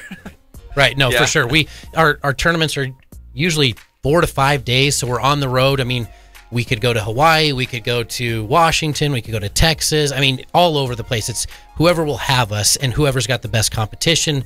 So there's a lot of things to weigh for sure. So you guys won the Western Washington Invitational. Was that part of the fall portion of your schedule? That was our last fall tournament. Oh no, our second to last fall tournament. How big was that, and can you use that as a springboard to maybe go into the spring schedule? For sure. I mean, we are a very young team this year. We graduated 3 seniors that were 3 of our top 5 starters. So with such a young team, we still set the bar high that our goal was to win 3 tournaments in the regular season and to win a conference championship. And that hasn't changed even with those seniors leaving. So that was a great start to achieving our goals, winning the Western Washington tournament. So our goals are to win 2 more regular season events and finish off conference and see how it goes, but we'd love to win it for a 4th time in a row for sure. Erica, let me ask you, because I always like this dynamic at a golf tournament, because the golfers are coming off the course and like the scores are coming in. I mean, do you get real anxious? Do you get nervous? Do you sit there and watch them post the scores? Or you're like, you know what? I'm going to go get a sandwich. I'm not going to worry about it. Can't do anything about it now. I already completed my round. I'll just come back and see what the scores are. Like, how do you handle it when you come off the course and you're waiting to see what the scores come in and what your teammates did and the team scores? No, it's definitely very anxious and exciting at the same time. A lot of times, well, we're always away from each other for 6 hours. So after we all finish playing, we all gather around, wait for all of our teammates to get in. We're always asking how we all did, like, how are you doing? Like this and that, like, how was your day? And then once we find out how we did, it's definitely a waiting game to see all the scores come in, especially on the last day of the tournament, to see where we rank in the field and to see how we did as a team. But it's a lot of fun, and it's part of the pressure in game. See, I always had teammates growing up. I wasn't on the golf team, but I played other sports. And there's always like that one guy on the team. You're like, dude, how'd you do? Usually it's like, oh, I did okay. You know, it's always bad. I did real bad. But it sounds like you guys are all uplifting. Like, you know what I mean? Like, you know, like you said, staying positive, trying to build your teammates up. We try to. That's something our coach always wants us to have, a good attitude. So we try, definitely.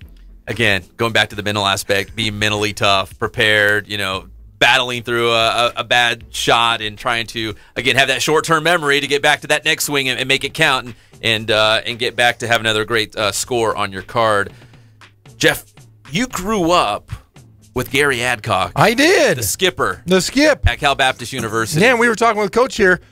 You guys had to kind of have built a relationship over at Cal Baptist, and you had said you kind of picked his brain. How did that come about, a golf guy and a baseball guy?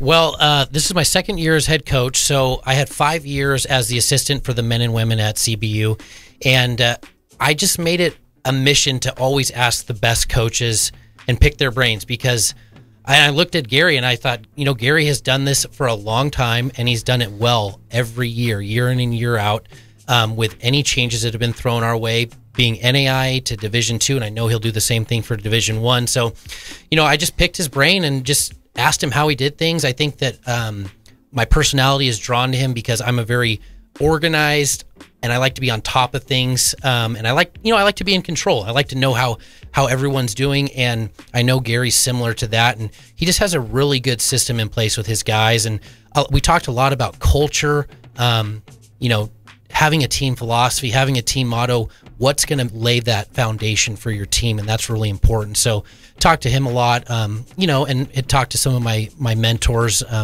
about that. And when I got the chance to be the head coach, I had pages and pages of notes of all these things that I wanted to do, and maybe a little overzealous with all the notes, but kind of laid the foundation for how we started last year. Now, Jeff and I, we're big beard guys. Yeah, I was going to comment. You know that was coming, right?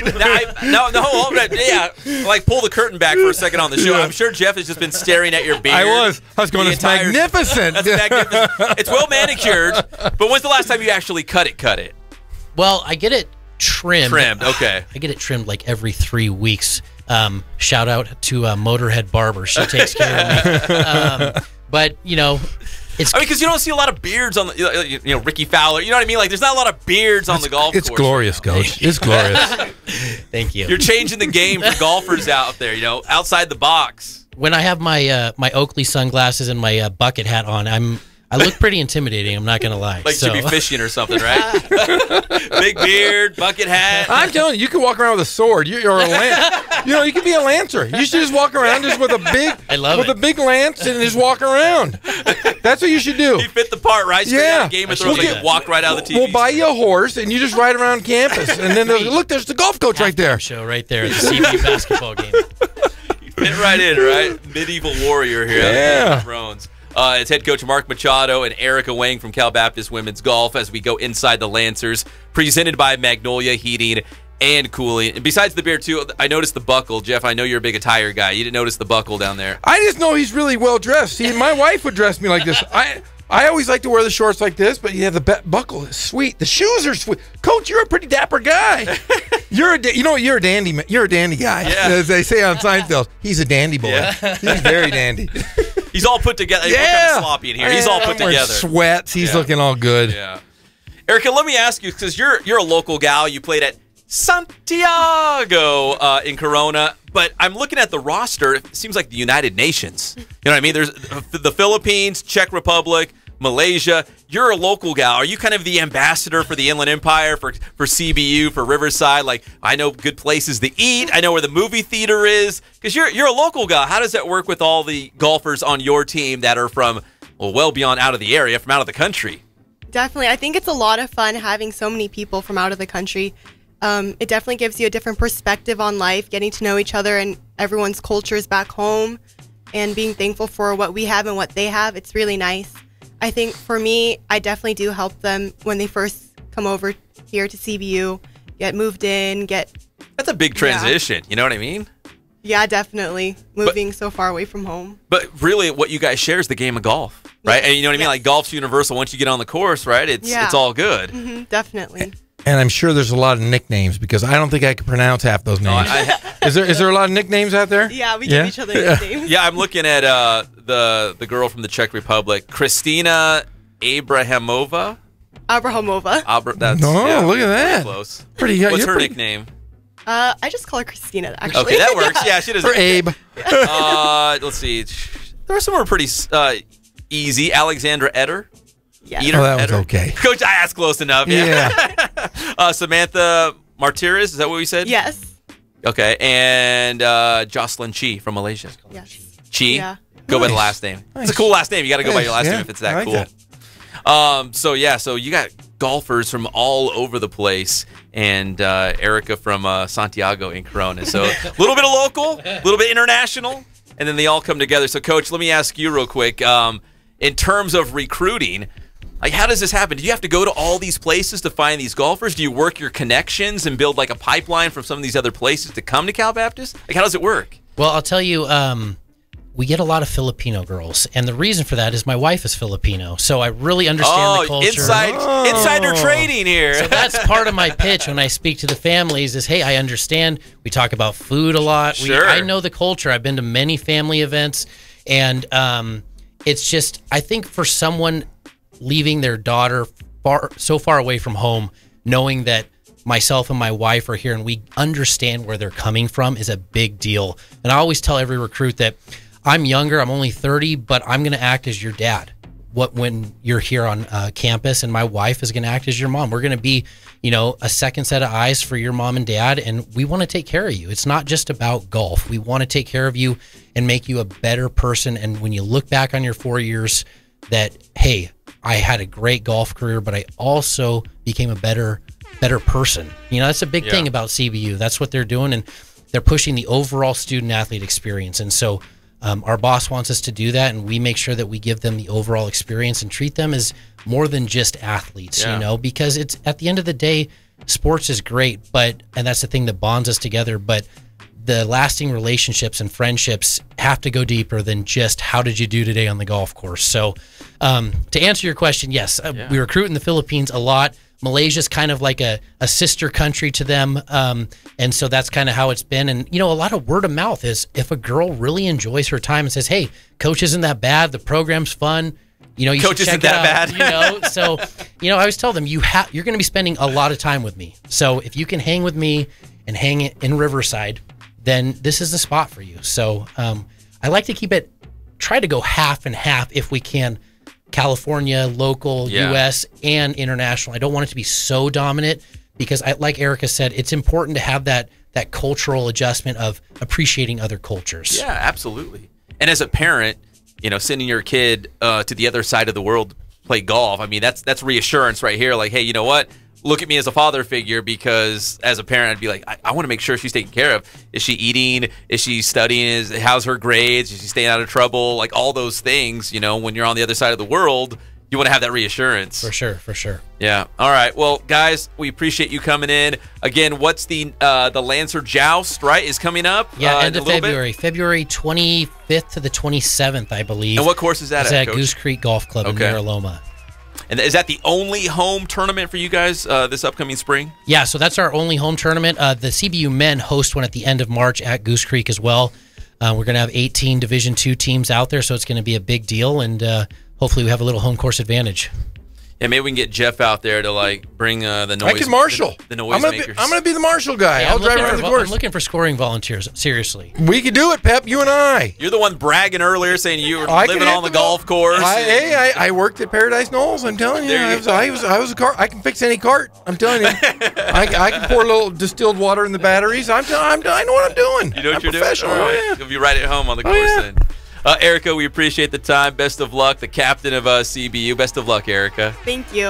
And Coach Machado, congratulations on another little girl coming your way. Thank you very much. Man, between coaching the women's golf team and married with another girl on the way. Holy cow. yeah. I'm surrounded by women. Yeah, I wouldn't have good it luck. any other way, Yeah. honestly. I want to play for Coach though. I mean, he just said all the right stuff.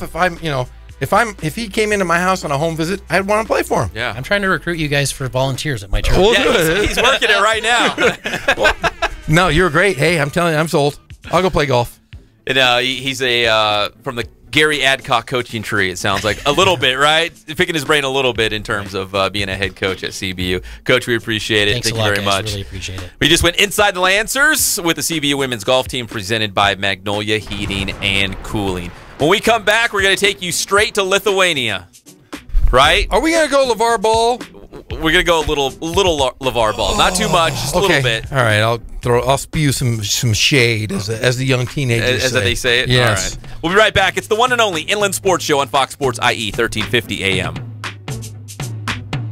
I said hip.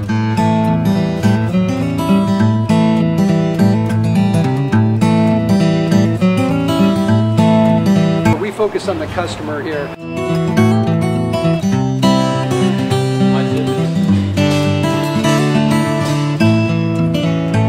Believe it or not, that is the biggest thing for customers on an oil change. They just want the convenience of coming in, driving in, getting it done, and driving out.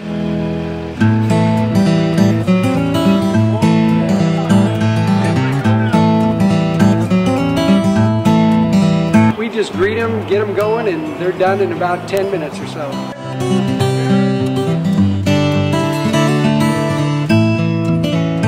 We don't push any sales on them. We do the oil change, and I think that's what sets us apart is our customer service. Vacuumed and cleaned your windshield for you as well. Everything's looking pretty good. You come into us one time, believe me, we'll spoil you and you'll be ready to come back the next time.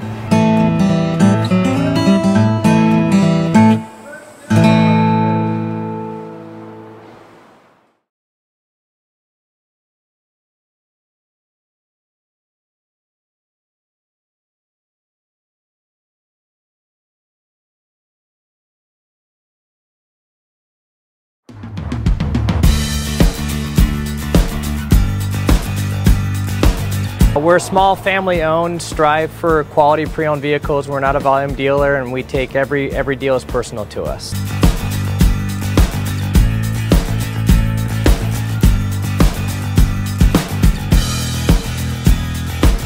We're a low-stress environment. We're not a pressure sales house. If you want to shop us, you're more than welcome to shop us. We have, like I said, great rates, competitive financing, a lot of one-owner, clean Carfax, clean title vehicles.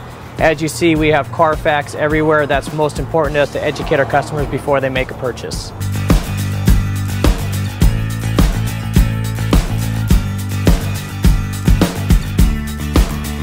We're right off of Ontario, right off a couple exits off the 15 freeway, off Cahelco, off El Cerrito, and we're right on the main drag going into Dos Logos and the crossings.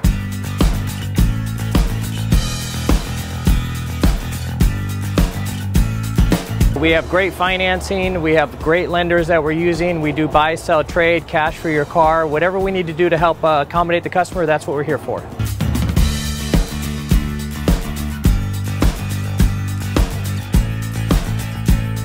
We have a little bit of everything. We start at about $69.95 and go all the way up to $100,000. We have Escalades, we have commuters, we have pickup trucks, we have Jeeps, sport utilities, and if we don't have it, our specialty is finding you exactly what you're looking for.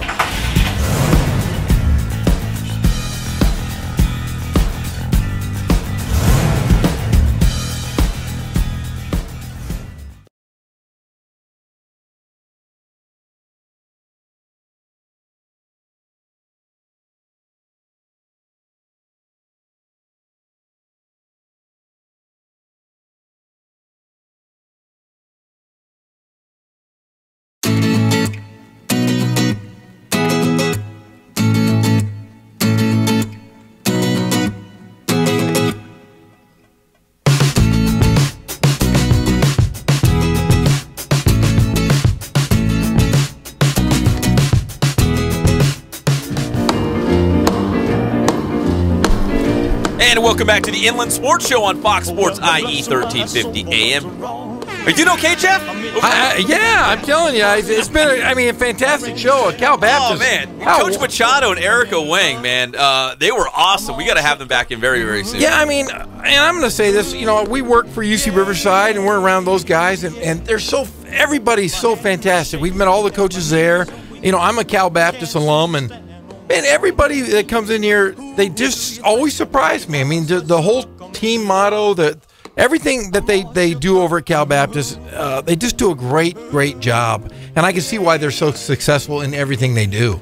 It's one of those deals where if you see someone having success, you go ask them about it. You know what I mean? Yeah. That's the hallmark of successful people is they find other people who are doing something very well. It's like, what are you doing? Like, how did you get to this point? They want to learn. They want to grow. Yeah. And Coach Machado here, a young head coach. He said he's only 30 years old. He's already a head coach at the college level. He's about to go Division I. Yeah. But he's got a guy like Gary Adcock who, not trying to date him, but he's a little bit older, and he's been around. He's been a head coach for a while. He's had a lot of success with the baseball team at CBU. Yeah. Kind of picked his brain a little bit. And we talked about Coach Croy. Coach Croy's one of those guys that walks in a room, you want to play for him. And honestly, if I'm a young lady in the Inland Empire and a great golfer, why would you not want to stay locally and play for a guy like him? He was just one of those energetic guys, and you kind of gravitate to him. So yeah, really positive things going on over there. And all put together. Yes. Nice Great beard. trim beard. Unbelievable. Nice buckle. He said his dad made that. Did you hear it on the way out? He was saying his dad makes the buckles for the team, and they look really cool. They're really good. And he had some nice. The guy was well put together. He was wearing shorts I would buy, for gosh sakes. He looked good. Well, welcome back to the Inland Sports Show on Fox Sports IE 1350 AM. Again, a big thanks to CBU women's golf head coach Marc Machado and his star captain, Erica Wang, who's from Santiago. So a local gal. Yeah. But again, players from all over the world. And now we know there's the pipeline to the Philippines. Yes. His wife's Filipino. Wife. I wanted to ask her if she was a golfer. That would have been my next, but she had to have been something. She's pulling in the pipeline. You're out of sorts, Jeff. I am. Your phone's blowing up. You've got a lot of important phone calls going on behind the scenes. Yeah, I'm just still shocked. I'm telling you what, maybe tomorrow we'll discuss why I'm shocked. You know what, too? While your phone's blowing up and you're making phone calls behind the scenes here in the hallways, I got a text message. There could be another coaching switch at a high-profile high school football team in the Inland Empire. I'm going to guess I know which one it is. You do? Maybe. Yes. I'll have to tell you in the break. I've been sworn to secrecy, but I've been told that... I think we've discussed it, though, haven't we, before? No? Maybe? I don't know. Thinking about it. We've talked about a lot of teams and a lot of coaches. Yeah, we'll see. But, man, I'm just shocked. I really do want to tell everybody what's going on because there's some cool things going on in the Gorham household. There is some cool things going on. Unbelievable. So, yeah, I just got a nice phone call from somebody, and I'm going to immediately call my parents when we get the heck out of here. And one of your basketball insiders as well, right? Yes. I'm not going to name any names. No, that's a big one, though. Give away all our secrets. There's a big. He's a big-time Division I coach. That's all I can say. Yeah. Is he's calling me on the phone, talking to me. Again, we need to have a show beyond the show. What happens when people are not listening or watching on the Inland Sports Channel. We're brought to you by Spoiled, quick quality oil change, boost performance training, Kin Sporting Goods, and Catalano Motors in Corona off Temescal Canyon Road. You ready for Lithuania? I am ready for Lithuania. Let's do it. Welcome to Lithuania and the beautiful ladies. LeVar Ball, obviously, taking his kids over there to play professional basketball, but he went over there and now he's talking. Now that he's half a world away, he was kind of laying low for a little bit, right? Yeah, they put the muzzle. I thought the Lakers had put the muzzle on him. They had met. Remember that? There was a report that they had met. LeVar Ball had met with, Magic Johnson and the Lakers brass, and they're like, dude, tone it down a little bit. Yeah. For your son's sake, for Lonzo Ball's sake, let him play basketball. Don't let him worry about what you're saying and put that target on his back. Yeah. Well, LeVar Ball's back at it. He's in Lithuania, and he is just running his mouth to anyone that will listen right now. He's been saying that the Lakers, the players, don't want to play for Luke Walton. He's lost control of the team. He's already, because he can speak things into existence, right? Of course, that's what he says. Yeah, we've learned that. So he's already speaking into existence that LeBron James is coming to the Lakers next season because he wants to pass Michael Jordan with the most NBA titles. So he's saying if LeBron James will just come to the Lakers... Oh, it just magically happens. It's a done deal. He's going to win the title. So here's a quote from LeVar Ball, and this is what he said regarding the Lakers and his son Lonzo Ball, who's currently on the Lakers. Has nothing to do yet with LaMelo and Liangelo, who are in Lithuania playing professionally. But here's what he said, quote, "Get rid of everybody. Give him," we're talking about Lonzo, "give him LeBron and Jello." So he's saying Liangelo Ball is going to join LeBron and Lonzo next season, all right? Is this Jello? Wait, was this Jello's the middle one? The one you say has no talent. No talent? Yeah, okay, all right. So let me rewind it. Let me start all over. Get rid of everybody. Give him LeBron and Jello. You got a 2 and a 3. So that's the shooting guard and the small forward. You got a 2 and a 3, and it's a win. It's a wrap. Then all you need are 2 rebounders, Julius Randle and Larry Nance Jr. So he already has the Lakers starting lineup solved for next season. It's Lonzo, it's Jello, which is the middle one, right? It's LeBron James, and 2 guys to just rebound the basketball. Don't shoot it. Don't shoot it. We got some shooters over here, Lonzo and LeBron, Julius Randle and Larry Nance Jr. So he says if that was your starting 5 for the Lakers next season, he says it's a win. It's a wrap. Done deal. NBA championships, and LeBron will surpass Michael Jordan as the greatest of all time. Go ahead and digest all that, Jeff. I'm going to say this. Jello, like the jiggling, is playing in a youth professional league in Lithuania. Big difference than the NBA. Let's just look at the current roster of the Los Angeles Lakers and say, is he better than any of these guys? Let's do it. Okay, shooting guards. Is he better than Caldwell Pope? No. I don't think so. No, I know that for sure. He's not. He's making $17 million a year. Is that the guy who's going in and out of like whatever that detention? Out of juvie. He's going out of juvie on a daily basis. Okay, you got another. Is he better than Vander Blue, who was the MVP of the D League 2 years ago? Is he better than the Vander Blue? Average 30 points a game. No. Okay. I've seen a lot of D League basketball. He's not. Okay. Is he better than former Final Four MVP Corey Brewer? Nope. I would say no. Is he better than? Okay. Have you ever heard of this guy, Alex Caruso? No, he was a star at Texas A&M. He was? Jello was a star. He's on the Lakers roster? Yes, he is. I've never heard of him until right now. Is he right better? now is the first time I've heard that name. Is he better than Jordan Clarkson? No. Tyler Ennis. Was that North Carolina guard? That was a Syracuse guard. Syracuse guard. No, yeah. Is he better than Josh Hart, who has won a national championship? Nope. At Villanova? No. Better than Brandon Ingram? Definitely not. How about Kyle Kuzma, who's possibly... Definitely not. All right, well, we just went through... Rookie of the year. We went through all of the guards that the Lakers have. And let's go with his brother. Is he better than his brother?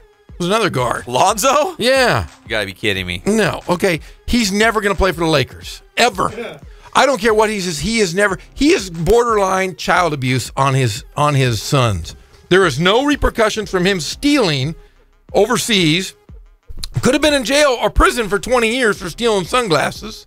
He goes over. He's doing. There's no sorry or there's no accountability. None. He's just none. And you watch. And I'll be honest. I've watched their Facebook show and the young guys cussing and screaming and rapping and stuff. You know.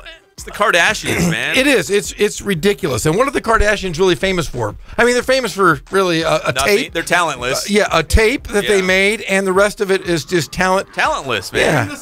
Yeah. People like a train wreck. Yeah, you know what I mean? They're gonna watch it. Salty G is here. I'm angry. So Lonzo Ball hasn't been playing a lot for head coach Luke Walton. So one of the reporters last night asked Luke Walton about the fact that he's been pulling Lonzo Ball out of the game. Here's what Luke Walton had to say. You subbed Lonzo out early in the first and third quarter. His dad was talking so I took him out early. I'm just kidding. You subbed Lonzo out early in the first and third quarter. One more time. His dad was talking so I took him out early. You subbed Lonzo out. But he is a distraction. He is. There's probably some. You know what? They're probably laughing. Everyone kind of laughed it off, like, "Oh, I took him out because his dad was talking bleep." Yeah. Oh, just kidding. No, there's some truth in there. I'm sure there is, and you got to think of it this way. You know, I used to have a little in on the Lakers team. I had a friend that was working with him, and I'm going to say this: there is no way in heck that he is even allowed to go to the gym. He's probably not allowed in the practice facility. And how the heck is he going to know that the players have stopped playing for Luke Walton? Yeah. I mean, if Lonzo's... I think he's judging it by body language. Well, you're young guys right now. Think of who's your best players. You got Kuzma, you got Ball, you've got Brandon Ingram. Those guys are young kids. They would still be in college right now. How are you going to base this team on the young talent that they have? Maybe you bring in a Paul George. Maybe you bring in LeBron James. That changes the entire dynamic of your team. So you're playing with young guys, and you're complaining that you're not winning 30 games, 40 games, in a playoff spot. He said that the Lakers would make the playoffs with his son. Yeah, that's what it's boiling down to. Is they're not going to make the playoffs, so he's going to push it on everyone else. Well, Luke Walton doesn't know how to coach. Luke Walton learned from Steve Kerr. Yeah, he's learned from his father. Yeah. He's learned from Lute Olson. Let me see. Lute Olson. Yeah, Arizona. I forgot about that. Let's go.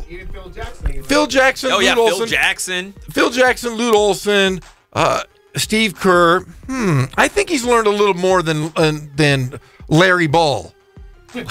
What's his name? Oh, yeah. Larry Ball. Larry Ball. Because I don't want to call him by Lamar. Larry Ball. Let's just call him Larry Ball because he's acting like a buffoon. This has, Larry. Hey, I know this has nothing to do with it, but the Better Business Bureau rated. I saw this. Brand. They got an F. They got an F. They literally had the guy from the Better Business Bureau with a press conference saying it was so bad. They had a press conference. A press conference saying that they weren't getting their shoes, they weren't getting the right products. Everything that they I have ordered. a feeling it's all going to cave in at some point. I hope it does. Here's my conspiracy theory. You know me. I'm totally into Bigfoot. If I could find Bigfoot, that'd be like squat. I'd be out there squatching every day if I could. But I'm here for the Inland Empire talking sports on the Inland squatch Sports a couple times a day. Anyways, I'd be squatching hard out there. I do. Aliens. I love talking about all that stuff with you.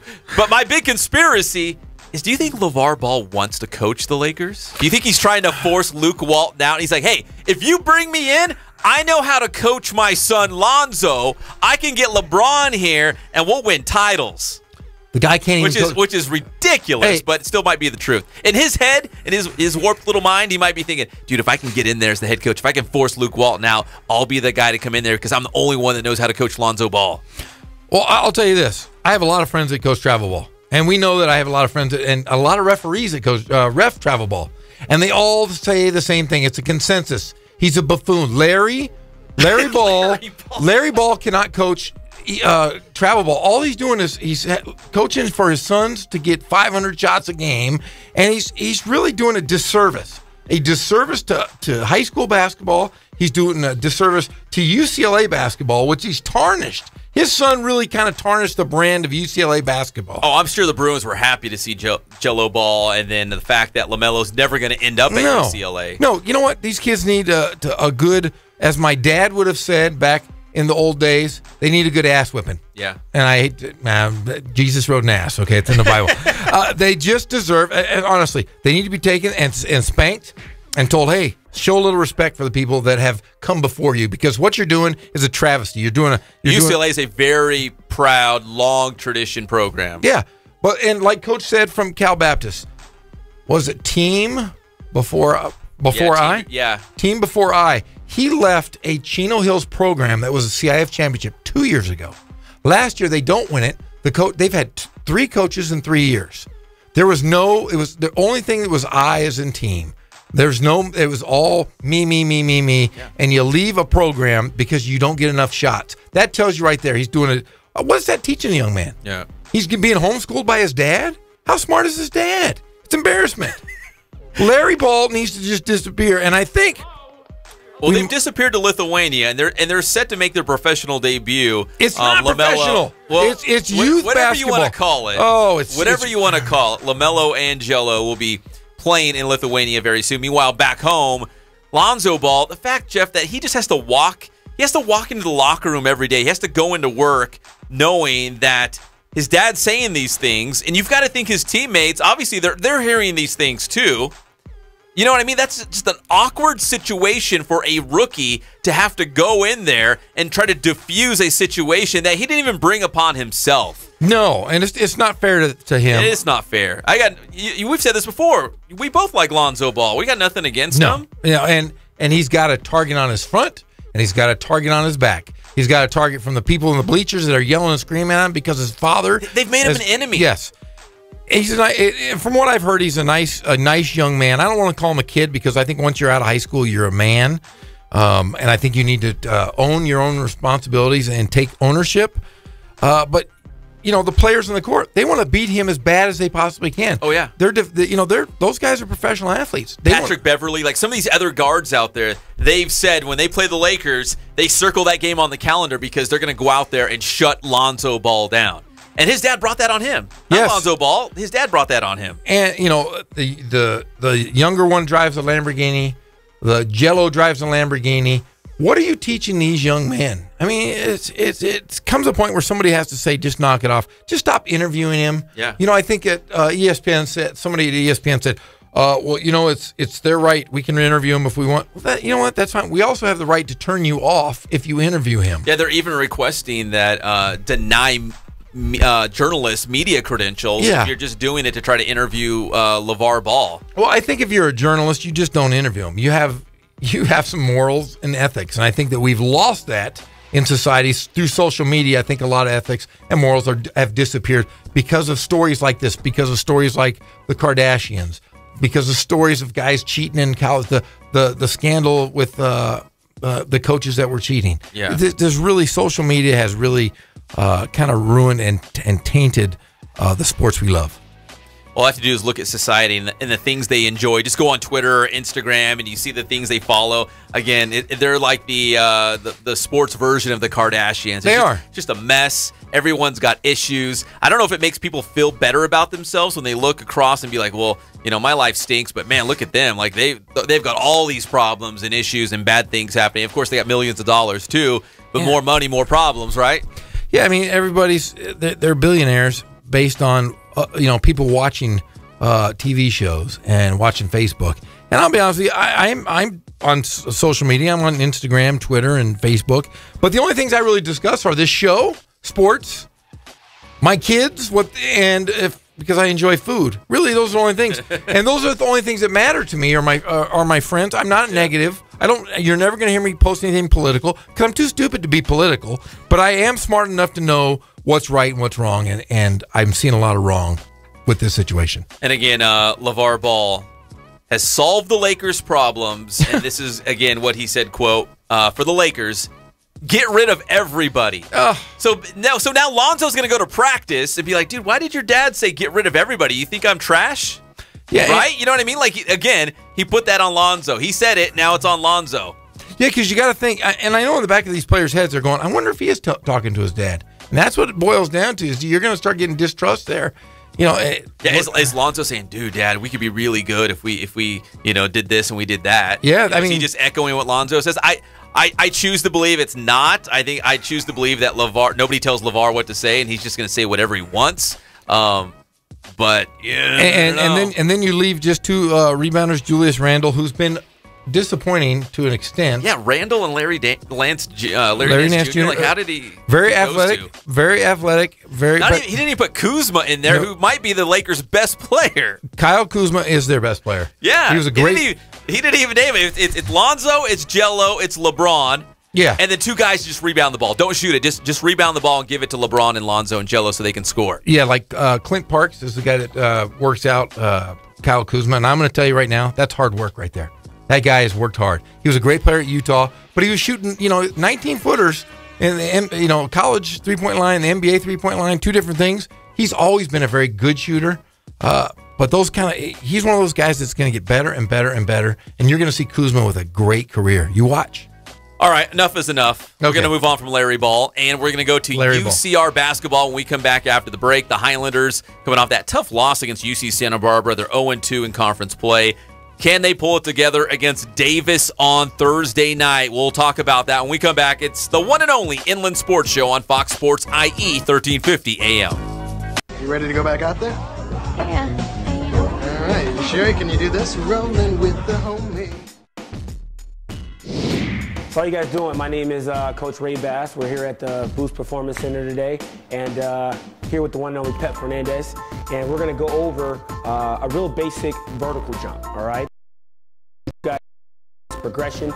This is a great drill for really any sports, really emphasizes pure power production through the hips, and power is really important for basically any type of athlete, whether you're a football player, track, soccer, basketball. You know, we all want to be powerful, strong athletes. So we're going to go over that today.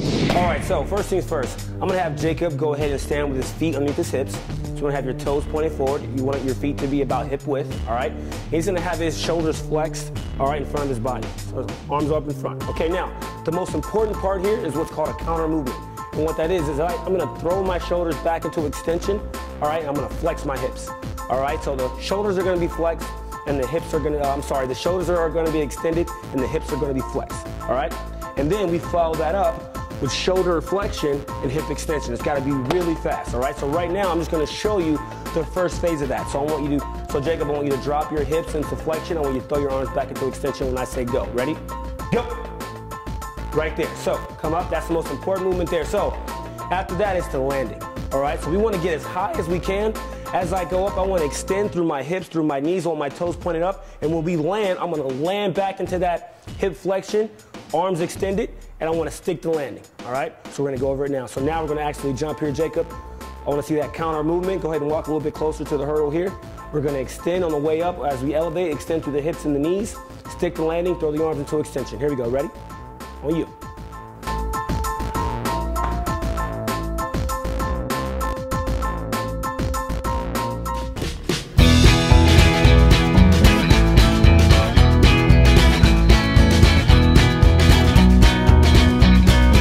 Thank God, first of all. I thank the great people that I've got around me that help support me, the people that work for me. As I started, if it wasn't for the people around me, we probably wouldn't be here right now, but I've got a great staff.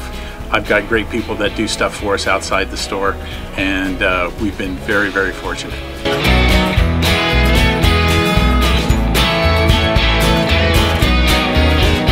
Our service is impeccable, and we just keep trying to get better every year. We can do online stuff for your teams, as well as, like I said, the screen printing, the embroidery. We also have 3 women that do extra sewing for us, like tackle tool on uniforms, or the bling or rhinestones for different shirts for the ladies. That's why we have certain racks just for certain schools, and the fun about that is that it turns into other schools that may come in here that aren't as close, that we can do stuff for them as well. We've had very, very good customers throughout the years, and it's just been a blast.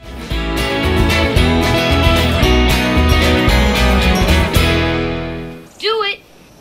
Come on! Do it!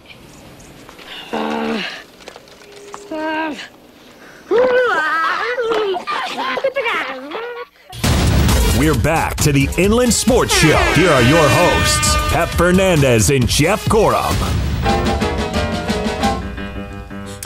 Welcome back to the Inland Sports Show, Fox Sports IE 1350 AM. We're brought to you by Spoiled. Quick, quality oil change. Ken Sporting Goods, Boost Performance Training, and Catalano Motors in Corona. If you would like to advertise on this show as well, hit us up. It's inlandsportsshow@gmail.com. Inlandsportsshow@gmail.com. It's very inexpensive. And Jeff, as far as we know, we're pioneers. We're trailblazers.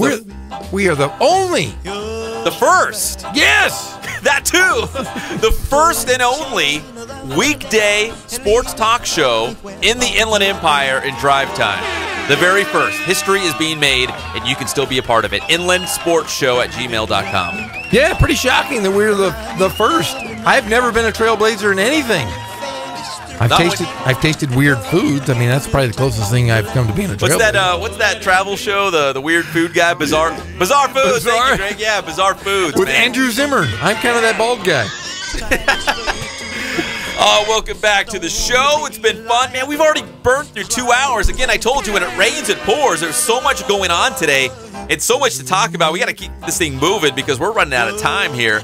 Of course, we're here weekdays 3 to 6 p.m., so whatever we don't get to today, we'll bring it up tomorrow. But so Jeff and I spent Saturday night in Santa Barbara together, and man, it was a tough loss for UC Riverside. It was a painful one that kind of played out the way we've seen a lot of games this season as they lost 65-57 against UC Santa Barbara.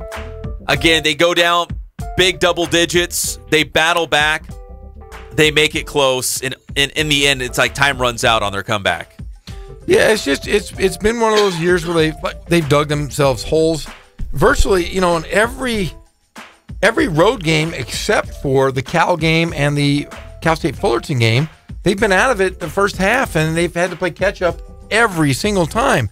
And, it's got to wear on the Highlanders because they are so close. They were down 24 in the second half, and before getting down to, believe 5, and then they end up losing 65-57. There's just something a little off. Yeah, they cut it to 5. Yeah. And again, we've seen this time and time again. I go back to the Montana game where, again, down by like 20. They battle all the way back to like a 4 or 5 point game. And it's just a little too much out of reach. And they hit some big baskets down the stretch. Like they get hot in the final couple minutes. I don't know what it is, but they turn it on all of a sudden. But they did have a couple costly turnovers that could have been the chance for them to battle back all the way to tie it up or even take the lead. But I mean, they were right there. And if your head coach, Justin Bell, maybe you look at it and say, you know what? At least we were resilient. We didn't give up.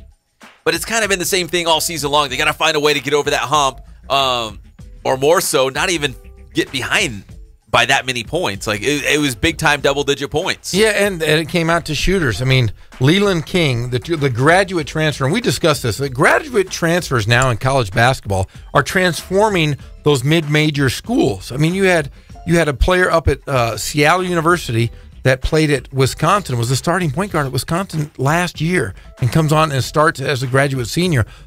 Leland King II, he ended up with 22 points. He was 4 for 4 in the first half from the 3-point line. He's a graduate transfer from Nevada, a very, very good player. Yeah, he's really good. And they had 2 of those, and they had built basically a brand new team, a new coach, a new system. The Coach Pasternak was an associate head coach at Arizona under Sean Miller. So he brought guys in right away, and they were very, very, very good, contributed right away. And that's why, I mean, look at their record. They're unbelievable right now at home. But they were 6-22 last year, and they've completely bounced back. The Gauchos now, were they 12-4 overall? Yes, and 1-1 in the conference. 1-1 in the Big West. But that's a good team. Like you said, that team can challenge for the Big West Conference title, no doubt. Yeah, we look at last year's team, Russell Turner's teams at UC Irvine. Irvine, I thought, had the best players in the league by far. This team, when they played that first half, I said, wow, they're going to be really tough to beat because they had 6 guys, 7 guys deep. They had big guys that they brought in off the bench just to combat guys like Alex Larson. We didn't even get to see Menno Dykstra the last game. So, Alex really had to take the load, and he was going against 3 big bodies from the Gauchos. And it was one of those games that I looked at and I said, UC Santa Barbara's that good. And Alex Larson's going to be put to the test again on Thursday night when Davis comes to town. Another big body out there for the Aggies. Yeah, Shima Maneki is I thought was the best player last year in the Big West, and he comes back for his senior campaign. And, he's 6'9". He's very athletic. If he gets the ball down on the block, he's going to dunk on you. He's that much. He's one of those guys that you look at and go, man, he's tough. He's a tough guard. Well, if you look at just the second half of that UC Santa Barbara you pulled game, up the notes. I got the box score. I got the highlighter. This is fresh from Santa Barbara. Okay, like fresh off the printer. It was from Thunderdome, and yes. I took it with us as a souvenir back to the Inland Sports Studio. But if you look at it, I'm digging through the numbers right now. So UC Santa Barbara led UCR by a score of 44-28 at halftime, and that lead ballooned all the way to 24 in the second half of the Gauchos. But UCR actually outscored UC Santa Barbara 29-21 in the second half. Further evidence that, you know, they go down big, they regroup at halftime, they start chipping away at that Gaucho lead, and all of a sudden we got like 3 minutes left and it's a 5-point game, and you're thinking, holy smokes, this is a comeback for the ages. And then there was 2 turnovers and 2 3-pointers off of those turnovers. Went from a 5-point lead to an 11-point lead in about 10 seconds. And we get so invested in, you know, because we know these guys. We get invested. We want to see them succeed. And it's just like, oh my gosh, you guys. I'm not going to say I'm not going to hide it. I'm a homer for the Highlanders. Yeah. Because we, you know, like I said, we are vested. I've been a part of this program now for 2 years, and I like all of the players, and I think they really genuinely like each other. They play hard. They do everything the coach asks them to do. They just have spurts and runs where they give up a lot of points off turnovers, or they just, you know, have breakdowns defensively, and it costs them. Well, they battled back, and it really quieted the fans behind us. Oh, Jeff, the Thunderdome fans were the best. Weren't they funny? Good golly. Welcome to Thunderdome. Yeah, I mean, we had our headphones on. You can't hear anything, but I could hear, and I'm telling you, the smells. I'm like, man, it smells like a brewery right behind us. I turned around, and there were guys literally screaming right behind us. Right, they're like on our shoulders. Did you have guys grab you? I had a guy grab me. And yes, was like, he did. He was like, "Go Gauchos," and grab me. He did. Yeah, during the it was like the post game show, wasn't it? Yeah, it was. Like we're trying to do our live post game show. Guys, he did. He said something like, "Go Gauchos" or "Go UCSB" or something like that. Yeah, the funny one I heard, I thought, was when they called Alex Larson. They were like, "Go home, Gasol." Oh, that's right. Like Pau Gasol. Oh, yeah, that was funny. Yeah, they were calling him Gasol. I thought that was a classic. It was a fun place, but I'll tell you what, post-game, we got to hang out in Santa Barbara. Yeah. Well, you know what the hang best out in Santa Barbara, kind of. Did we hang out in Santa Barbara? Yeah, we hung out in a really nice hotel room. But hey, tell us, hey, do we want to tell everybody who our companions were for the night after the game? Yeah, because it's almost like I'm expecting. I want to make a big announcement. Yeah, hey, just wives, you got to close your ears because we had companions after the game. Yeah, and it was wonderful. And I'll even post a picture on Twitter for everyone out there. The biggest sandwiches I've ever seen. I've never seen a sandwich as well. I told Jeff, we were walking out of Thunderdome, and I'm like, I'm going to have to hold this like a baby. Like, this sandwich is huge. I'm going to give it a name. It's like a baby. Oh, I'm not kidding. It was at least 2 feet long. It was a full loaf of, like, French bread. I had mine was beef. Was it roast beef? It was roast beef. I had and turkey and cheese. And honestly, when we got back to the hotel, you know, we went our separate ways, and I was hugging my sandwich. Yeah. And I was like, I had a tear crawling down my eye. You're so happy. And then I got into the room, and it was kind of a romantic feeling. I just wanted to hug, and I ate half the sandwich, and the other half I snuggled all night with because that bread was soft. That was some of the best French bread I've ever had. And it smelled so good, and I felt like I was cheating on my wife with a big sandwich. I did. It was so good. And it was, I'm not kidding, man. I ate part of that sandwich the next day. I put it in the refrigerator because we had a suite. They put us up in a suite. A whole suite. We each had our own suite. I went back. I walked back with your baby. I carried it like a baby. I was going to give it a name. And I ate that sandwich and watched King Kong. That was my wild night in Santa Barbara. But you were up late because I turned that off, and it was like you were up late. I watched the whole thing. You were up late with that sandwich. You were watching those big lizard creatures. It was because of the sandwich. I think I had a little bit of indigestion. I didn't have any Tums. I was like, oh gosh, this is not good. Dude, I'm telling you, I spooned my sandwich. I licked its ear, and it tasted delicious, and it was fantastic. I even called my wife. Wait, okay, go ahead. I called her and said, "Honey, I cheated."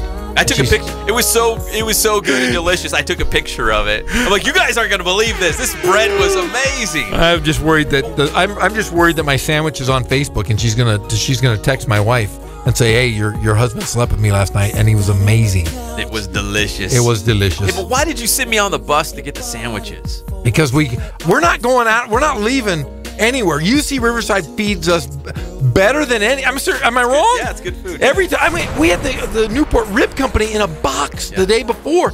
It was amazing. I love UC Riverside because they always take care of my needs, and my needs are food. But it was tough though. You coming off a tough loss. Like a game that you're going to look back on and be like, man, but we had them right there. Like 2 or 3 possessions where we should have took care of the basketball. We could have won that game. So you go on, because the sandwiches are on the bus. Yeah, right? They're on the bus. You got to go on the bus to get the sandwiches. Walk of shame to get the sandwiches. But it was the walk of shame because in the front row, I wouldn't have done it. That's why I sent you. In the front row was Justin Bell, the head coach, and he had this. In fact, the same box score that I have right here. This is what he had. And he's sitting there shaking his head, just breaking it down, like totally intense. Like I looked at him and I was like, okay, if he makes eye contact, what do I say? Like, good game, coach? No, like, you know what you say to him? You know what will cure any problem, coach? That's what you should have said. You know what cures any loss? A sandwich? A big sandwich. The sandwich is as big as you that you can take back to your room and you can eat and hug it. Because it cured me. Yeah. I'm sure everybody on that bus when they saw that sandwich, they felt a little bit better. Yeah, a little warmth. No, I believe that. Oh, well, I got on the bus and it was quiet. Coach Bell didn't lift up his head, and I totally get it. I wouldn't have either. And I was looking around. I was like, where's those sandwiches? You guys got the sandwich? I did send you. Coach Weathers is my boy. What's up, Coach Weathers? And he found the box for me. And when he pulled it out, I'm like, oh my gosh, someone just gave birth to that sandwich. It's the size of a baby. I'm gonna have to cradle it. It was give like, it a name. No, see, you look at it differently. I looked at it as it was like weird science. Somebody made this sandwich just for me, and it was. I'm telling you, Sandwich and I are gonna have a long relationship. I love that sandwich. I'm gonna miss it. I'm gonna miss it. I don't even know where they got it or whatnot. But if we ever go back up that way, you should probably look into it. It doesn't matter. It was the greatest sandwich ever. It was delicious. Sandwiches were a good choice. Yes. When we come back, we've got the list. You got the list? I have the list for the Inland Empire All-Star Classic, El Clásico. That's what everybody's waiting for gosh sakes. And we're also going to go over once again Mr. Football in the Inland Empire. If you haven't heard, we got the 11 finalists. It's already on the Inland Sports website as well. We'll make sure we tweet it out. We'll make the big announcement on Friday, but you can at least see the finalists. We'll talk about Mr. Football in the Inland Empire. And again, we'll go over some of the names on the rosters coming up for the 33rd Annual Inland Empire All-Star Classic, which is coming up January 13th at Centennial High School. We'll be right back. It's the one and only Inland Sports Show on Fox Sports IE 1350 AM. Yo. Hello.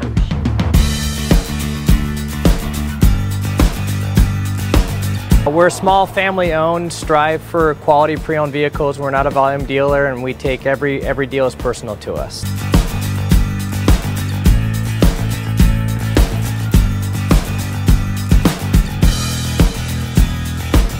We're a low-stress environment. We're not a pressure sales house. If you want to shop us, you're more than welcome to shop us. We have, like I said, great rates, competitive financing, a lot of one-owner, clean Carfax, clean title vehicles. As you see, we have Carfax everywhere. That's most important to us, to educate our customers before they make a purchase.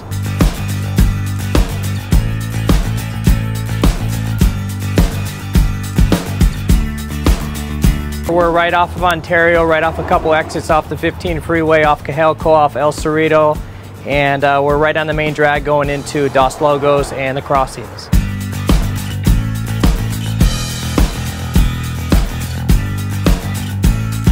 We have great financing, we have great lenders that we're using. We do buy, sell, trade, cash for your car. Whatever we need to do to help accommodate the customer, that's what we're here for.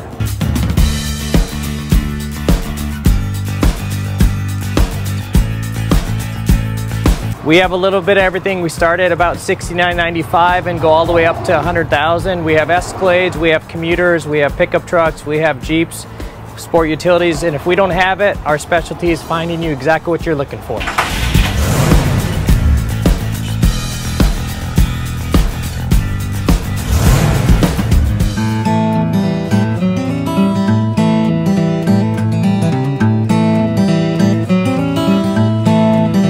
Focus on the customer here.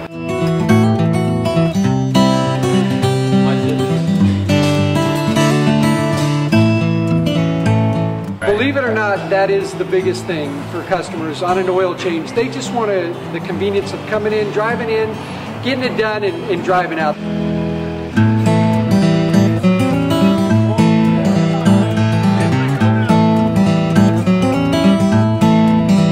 Just greet them, get them going, and they're done in about 10 minutes or so.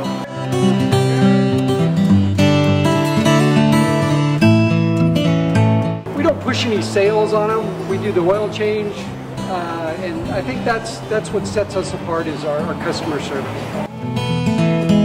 Vacuumed and cleaned your windshield for you as well. Everything's looking pretty good.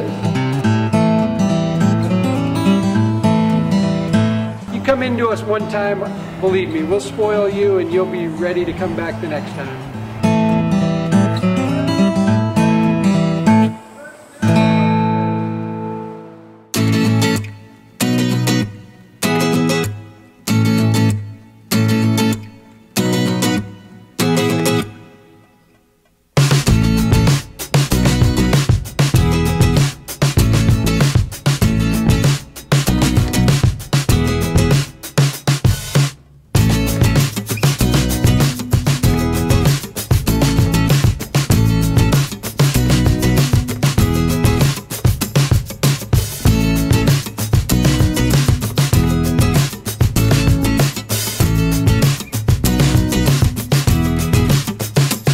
And the ad council.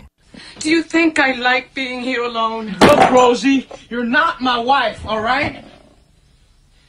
Stop being such a drag. Hey, it's hitting you anyway. We're back to the Inland Sports Show. Here are your hosts, Pep Fernandez and Jeff Gorham. You ain't nothing but a hound dog. Welcome back. It's the one and only the Inland Sports Show on Fox Sports IE, 1350 AM, every single day of your life from 3 to 6 p.m. right here on Fox Sports IE with nothing but the good stuff. Proudly presented by Spoils, quick quality oil change, Kin Sporting Goods, Boost Performance Training, and Catalano Motors in Corona. This is all about high school football in this next segment, Jeff. And before we get to some of the names on the rosters for the 33rd Annual Inland Empire All-Star Classic, El Clasico, once again, we have our Mr. Football coming up for the Inland Empire. That's a good one. Going to the top high school football player in the IE. We had to narrow it down to 11 finalists, and tomorrow we're going to open up the phone lines here on the Inland Sports Show because we want to hear from you. You can call in and say, hey, you know what? I think so-and-so deserves Mr. Football in the Inland Empire, and give us your take. Tell us why. Just don't call in and say, oh, I think it should be Jeff Gorham because he's got a bald head. No. Good reason. Good. He can jump out of the gym. He can hit it from beyond the arc. He plays great defense. Nope. That's a lie. That's a lie. Yeah, but I could block. I'm a great offensive lineman. Look at me. 6'8", 300 pounds. Dude, you know what? You might have missed your calling. You would have probably been a great left tackle. You could have made millions in the NFL. Well, I would have, but you saw, I showed you a picture of me this weekend. I was 6'8", 205. The weight came later in life, right? Is that safe to say? Yeah, the weight came really later. A lot of us. I'm in your boat too. I'm about 20 pounds over playing weight. But I'm living up to my New Year's resolution. Are you? Yes. What is it? Is to gain weight. Because I know I can do that very easily. So my New Year's resolution was to expand upon what I am. And so far, I think I'm up. You're doing a good job? I think I'm up 2-3 pounds. The proof is in the pudding. There we go, baby. All right, here you go. The 11 finalists for Mr. Football in the Inland Empire. We will announce the winner coming up on Friday right here on the Inland Sports Show on Fox Sports IE 1350 AM. We talked about these names last week. We just want to remind everyone, if you're watching us right now live on the Inland Sports Channel, there's a fancy graphic of the guys as well. Yes. In no particular order, here's the names. Hank Bachmeyer, quarterback, Marietta Valley. Receiver, Marquis Spiker, Marietta Valley. Running back, St. Brandon Rankins out of Aquinas. Running back, Jonathan Jefferson from Citrus Hill, although he's a quarterback as well, right? Yes, but he's a great running back. Travis Dye, running back out of Norco. Quarterback, Jaden Daniels out of Cajon. And his favorite target, Darren Jones, also out of Cajon. Quarterback, Chance Nolan from Paloma Valley. Running back, Tyler Algier from Kaiser. Quarterback, Tanner McKee out of Centennial. And running back, Sherrod White out of Heritage. So those are the finalists for Mr. Football in the Inland Empire. You will not hear this anywhere else but right here on the Inland Sports Show. We'll announce the winner coming up on Friday right here on Fox Sports IE 1350 AM. And we'll tweet out the hotline number tomorrow at Inland_Sports. That's our Twitter account.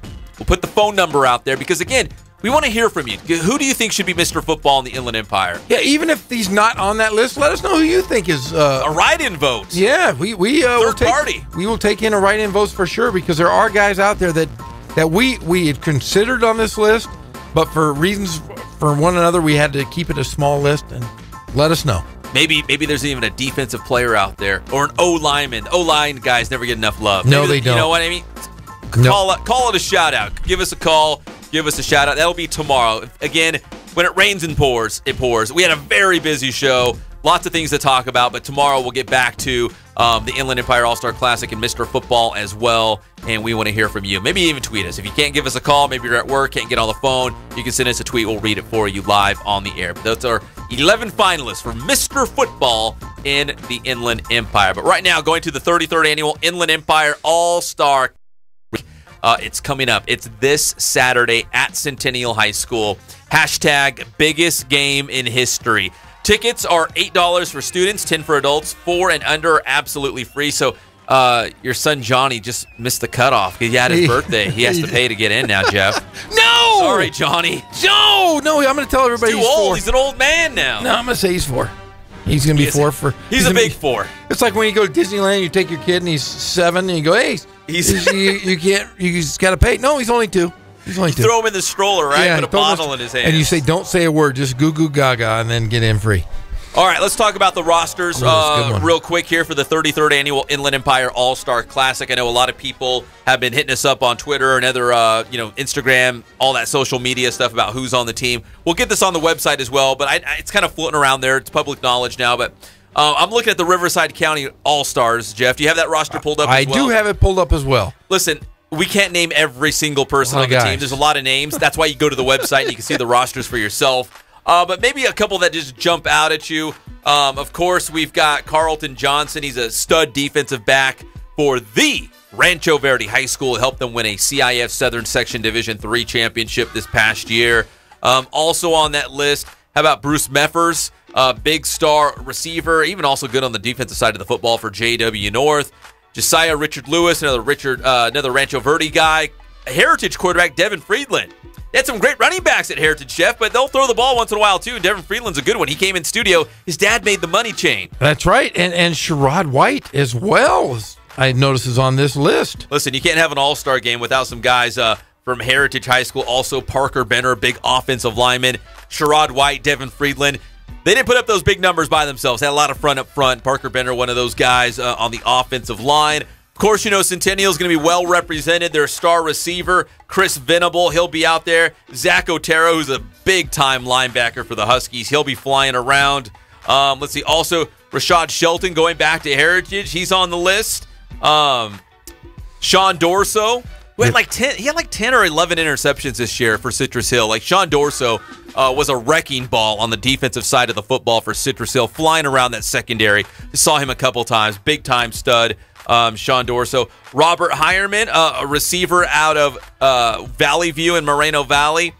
He helped them go all the way to the CIF title last year. Then you have Justin Keeling, the great running back out of Valley View, who led him to a state finals last year. How about another great year? How about Big Mac, your Bash brother down there at Great Oak High School? I saw that. Yeah, McGuire Bustamante, the Great Oak quarterback. He's a stud, too. Yeah. He'll be one of the quarterbacks in the All-Star game.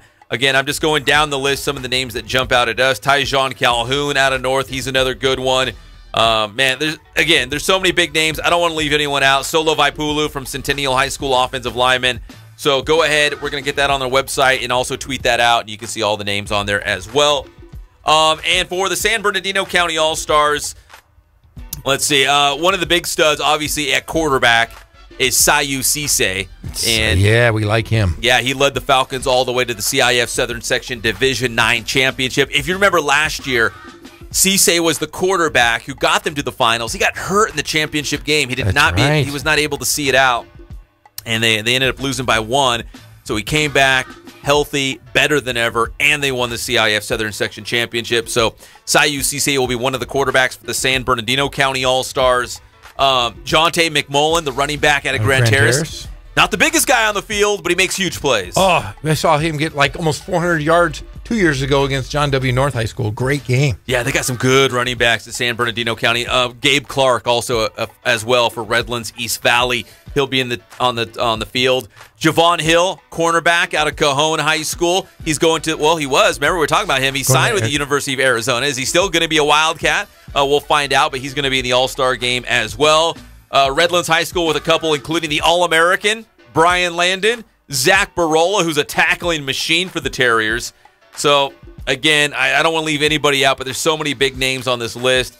Tyler Algier, right? You're going to name him? Yes, out of Kaiser High School, part of that big three-headed beast, but led the county in yards per carry this year. So many great players. It's the 33rd annual Inland Empire All-Star Classic. It's coming up this Saturday at Centennial High School. Yes, Matt Logan will have the home field advantage. It's at Centennial. Nick Matheny's okay with that. And again, he joked around that maybe he wasn't the first selection. How many people did you have to ask? We're like, no, you were number one. Because who wants to play Matt Logan on his home field? Yes. You got to be up for the challenge. Yeah, they asked everyone. No, he was the only guy they asked. So it's going to be a lot of fun. Again, it's this Saturday night, 7 o'clock, Centennial High School.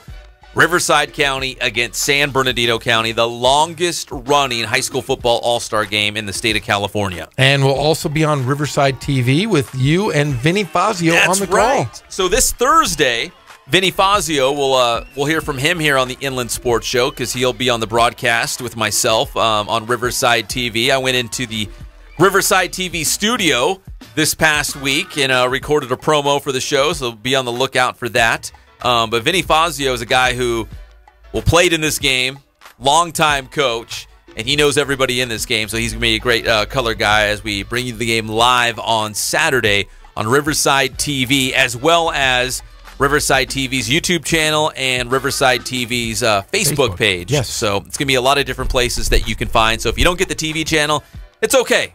Go online. You can find it, watch it live as well. And I'm sure it'll live forever on YouTube and Facebook too. So it'll be there whenever you get around to. Because a lot of people, they go to the game and then they get home that night and they're like, hey, where's that broadcast? I want to see myself on TV is what they say. I want to hear Vinny Fazio say my name. So. Is he going to wear a bow tie?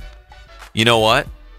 I think there's a really good chance. You know what would be even better? If he brought a bolo tie. A bolo? Like a bolo tie would Phillip be Rivers sweet. style? Yeah, seriously. If Vinny Fazio, if you're listening, bolo tie. Bolo tie would be sweet. And a hat. A big 10-gallon hat. Like Hoss Cartwright. Like Little Joe. Not a bucket hat like our boy Coach Machado from CBU who just came through here. Just a big 10-gallon hat that you like. Looks like you're ready to just shoot people with your six shooter on the side. And you should maybe wear a bandana. That would even be better. A bandana, a bolo tie, a 10-gallon hat. The outlaw Vinny Fazio. And chaps. See, Vinny Fazio wear chaps, bolo tie, 10-gallon hat, and you'll be ready. Oh, my goodness. When we come back, we're going to talk more NFL. We're going to talk CBU men's basketball and the national championship game between Alabama and Georgia. Is underway down in Atlanta. Yeah, I think they're already kicked off. Yes, I know no one's watching it because they're listening to us, but that's okay. When we're done with the show, everyone can go tune in the national championship game. But it's Georgia and Alabama, all SEC final, playing for the national title. We'll be right back. It's the one and only Inland Sports Show on Fox Sports IE 1350.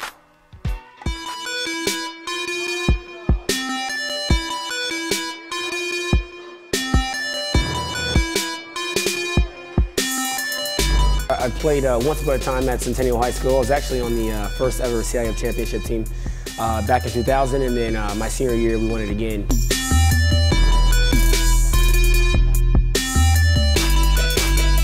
I think that's my passion because I've done it. You know, I know exactly where these athletes are at. I know what their mindset is right now. I know how hard it is to, number one, find a performance coach who can take you to the next level.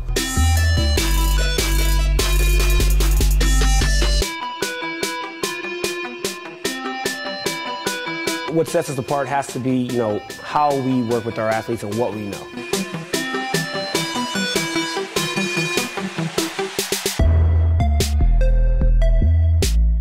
We can take an athlete and you know, help them reach their athletic potential, you know, help them, you know, prevent injuries, help get them stronger.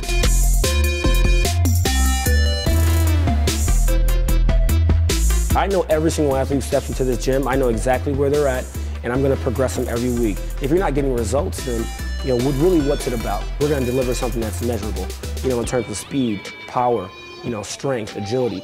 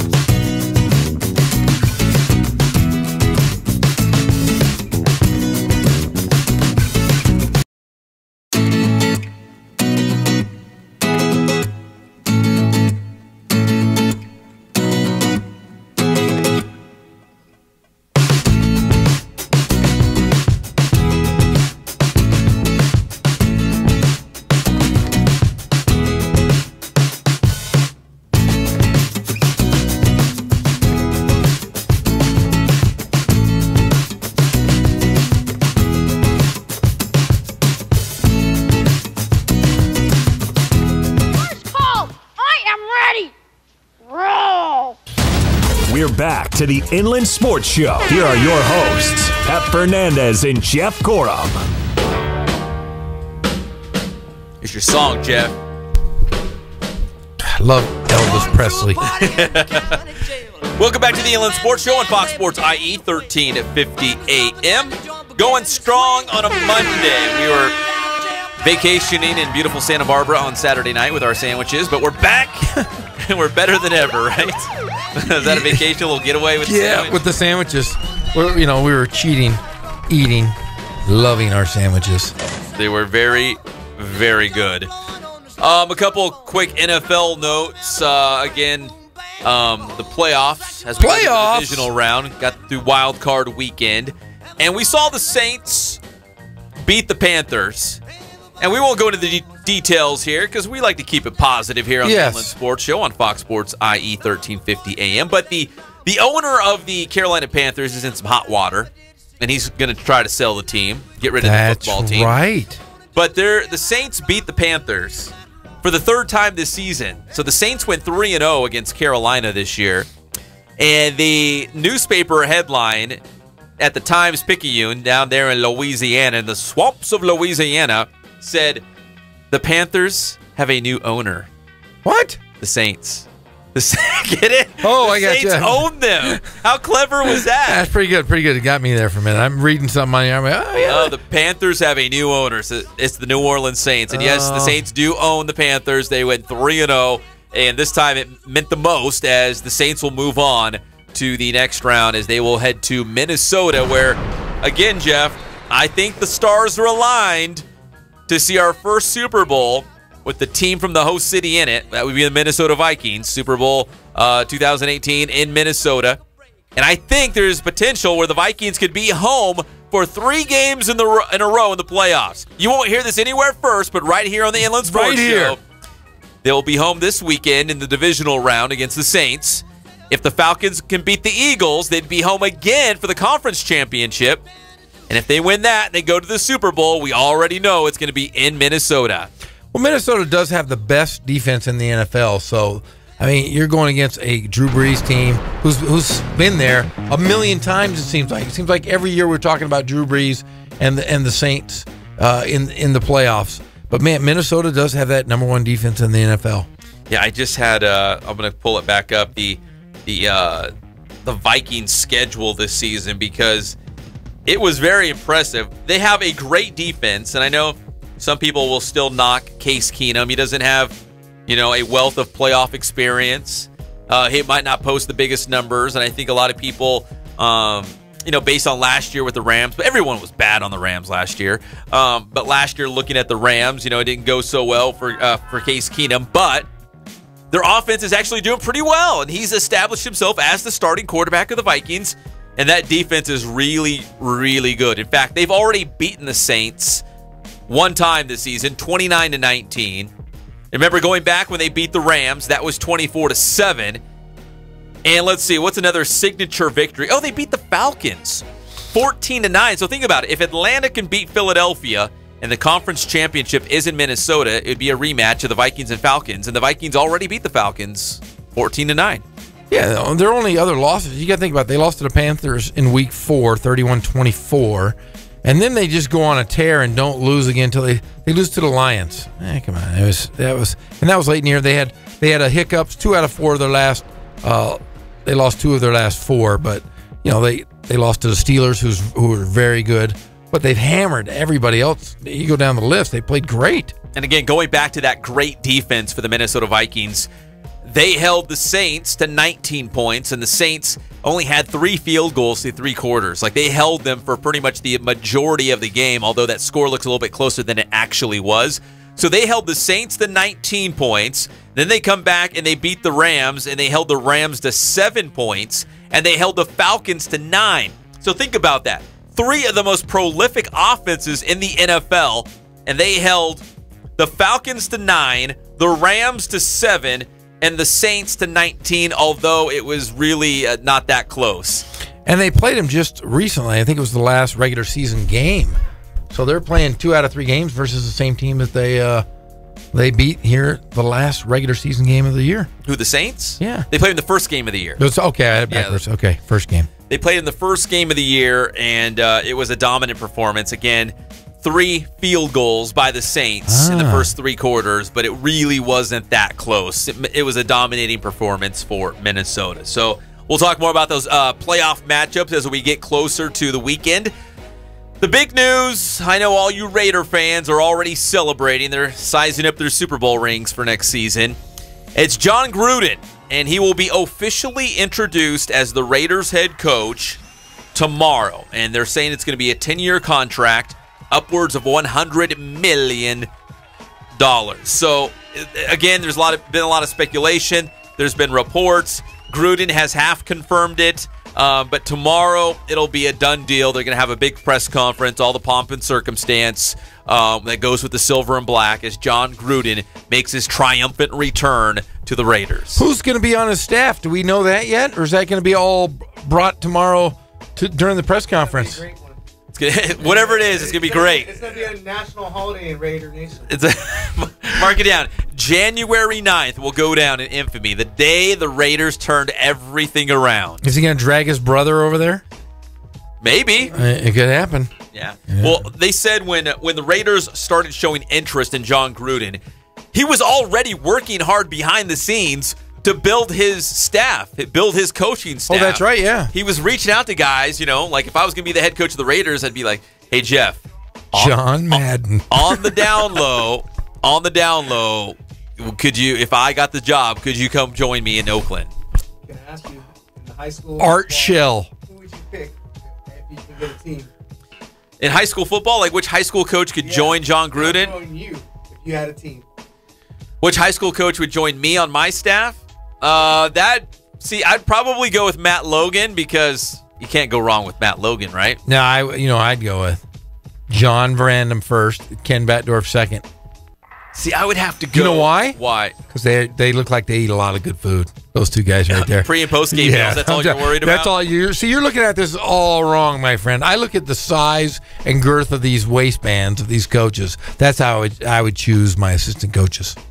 I would probably go Matt Logan because you can't go wrong. And see, I'm more even keel. Like, I could be having a really good day and I won't show it, and I could be having a really bad day and I won't show it. I'm kind of right down the middle. So I'd probably go with Coach Broach. Yeah, I have to go Broach. He's even keel, man. Who would be your offensive coordinator? I have mine already. Well, see, if I'm the head coach, I'd probably have Matt Logan run the offense, right? If he's on my staff. I might have to go Bert Esposito or Duffy. Oh, yeah. Pete Duffy would be a good one. Former Rancho Verde coach, OC at Marietta Valley. That's just because I like to throw the ball every single time down the field. Defense, who would be your defensive coordinator? You know what? I might bring Vinny Fazio out of retirement. He's a former defensive coordinator. Let's get his dad. He's a DC. Skip? Let's get Skip. I have to take him away from the University of Redlands. I have to rip him away. God, there's a lot of good defense.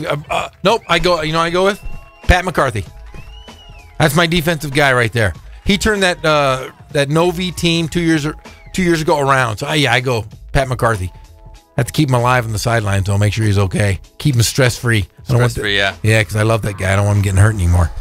Yeah, we could pick an all-star team of coaches. Or maybe we just tweet John Gruden and be like, hey, if you're looking for a defensive coordinator. Vinny Fazio. Hire Fazio. Vinny. McCarthy's out there. If you're looking for an OC, Matt Logan, I know he just has a 10-year deal with Centennial, but maybe for the right price, he can go to the Raiders. Yeah, I think that's pretty good. Those are pretty good coaches, though.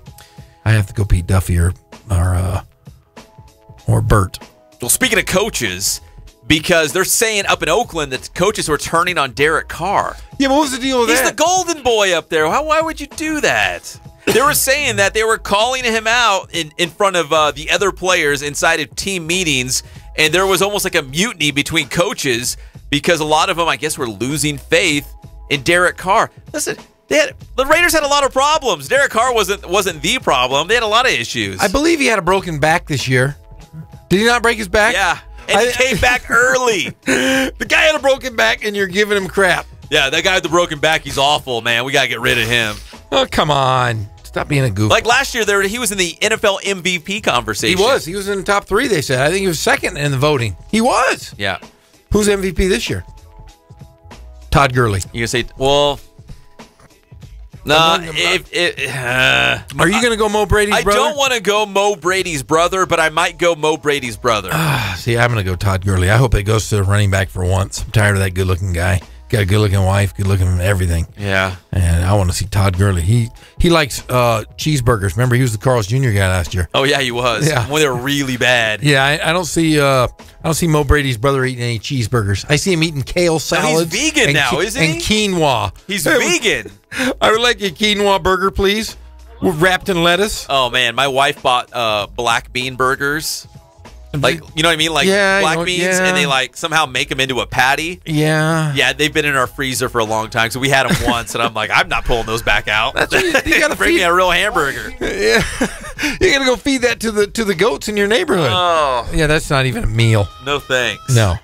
All right, so we're hoping. I think John Gruden's going to have a field day. He's a quarterback guru. He's going to have field day with Derek Carr. I think we're going to see a resurgence of Derek Carr next season. Yeah, after his back heals from being broken, for gosh sakes. He broke his leg last year in the final game of the season. He broke his back. He came back to the team early because remember, there's still a shot for them to make the playoffs. Yeah, they were in it to the last game or two to actually clinch a playoff spot, and because the AFC West. Remember the Chiefs. The Chiefs are going to run away with it, and they came back down to earth, and the Chargers came from out of nowhere. So all of a sudden, last couple of weeks of the season, the AFC West was up for grabs, and they were all tied for first place. But just like most of the time, the Raiders let you down, and they let Greg down. But like an autumn wind, the Raiders are blowing back into relevance. They could be pretty good, though. They could. They're young. They're like the Rams. They're young. They could be good for a long, long time. They need somebody to protect his back. Just believe, Jeff. Yeah, I'm not believing. I'm never going to be a Raider fan. Hey, when we come back, we're going to talk Cal Baptist men's basketball. They got a big one tonight. It's kind of a Monday conference game. You don't see a lot of those, Jeff. No, Rick Croy's playing on a Monday night. Yeah, we got some hoops on a Monday night and also an update between Alabama and Georgia as they play for the national championship. Do you guys even care? Yeah. Alabama and Georgia? A little bit. Just wondering out loud. Just because my bookie, I got to make sure that he's paid. Yeah, I don't bet. I've never bet anything. I don't even know. I don't even know a bookie. I wish I did. You know Pete Rose? I know Pete. I don't know. But I wish I knew Pete Rose. Yeah, I'd call him up. Yeah, let's talk about this Cal Baptist game after this. All right, we'll be right back. It's the one and only Inland Sports Show on Fox Sports IE 1350 AM. Don't think you fooling us because we saw you at our practice, and I know you stole our routine. Okay, I don't know what you're talking about because we.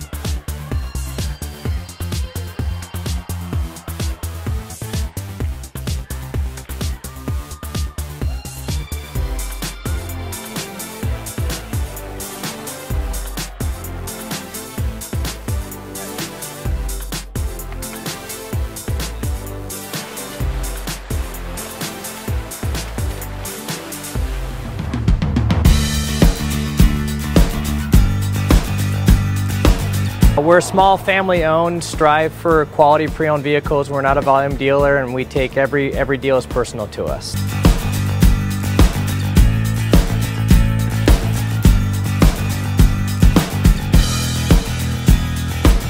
We're a low-stress environment. We're not a pressure sales house. If you want to shop us, you're more than welcome to shop us. We have, like I said, great rates, competitive financing, a lot of one-owner, clean Carfax, clean title vehicles. As you see, we have Carfax everywhere. That's most important to us, to educate our customers before they make a purchase.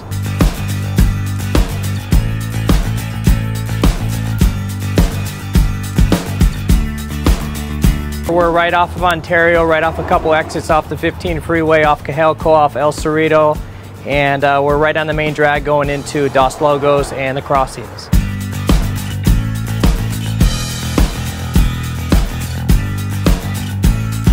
We have great financing, we have great lenders that we're using. We do buy, sell, trade, cash for your car. Whatever we need to do to help accommodate the customer, that's what we're here for.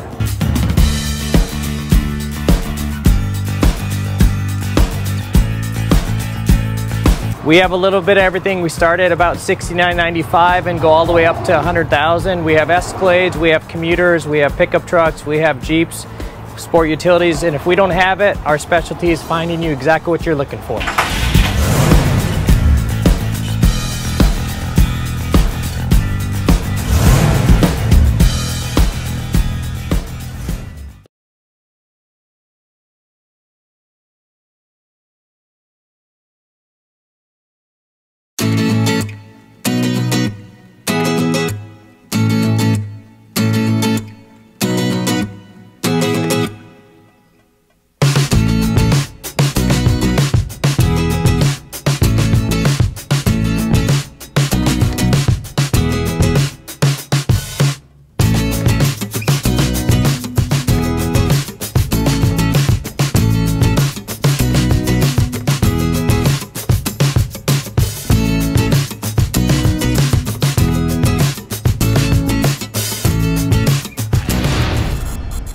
Comes home from work in about an hour and a half.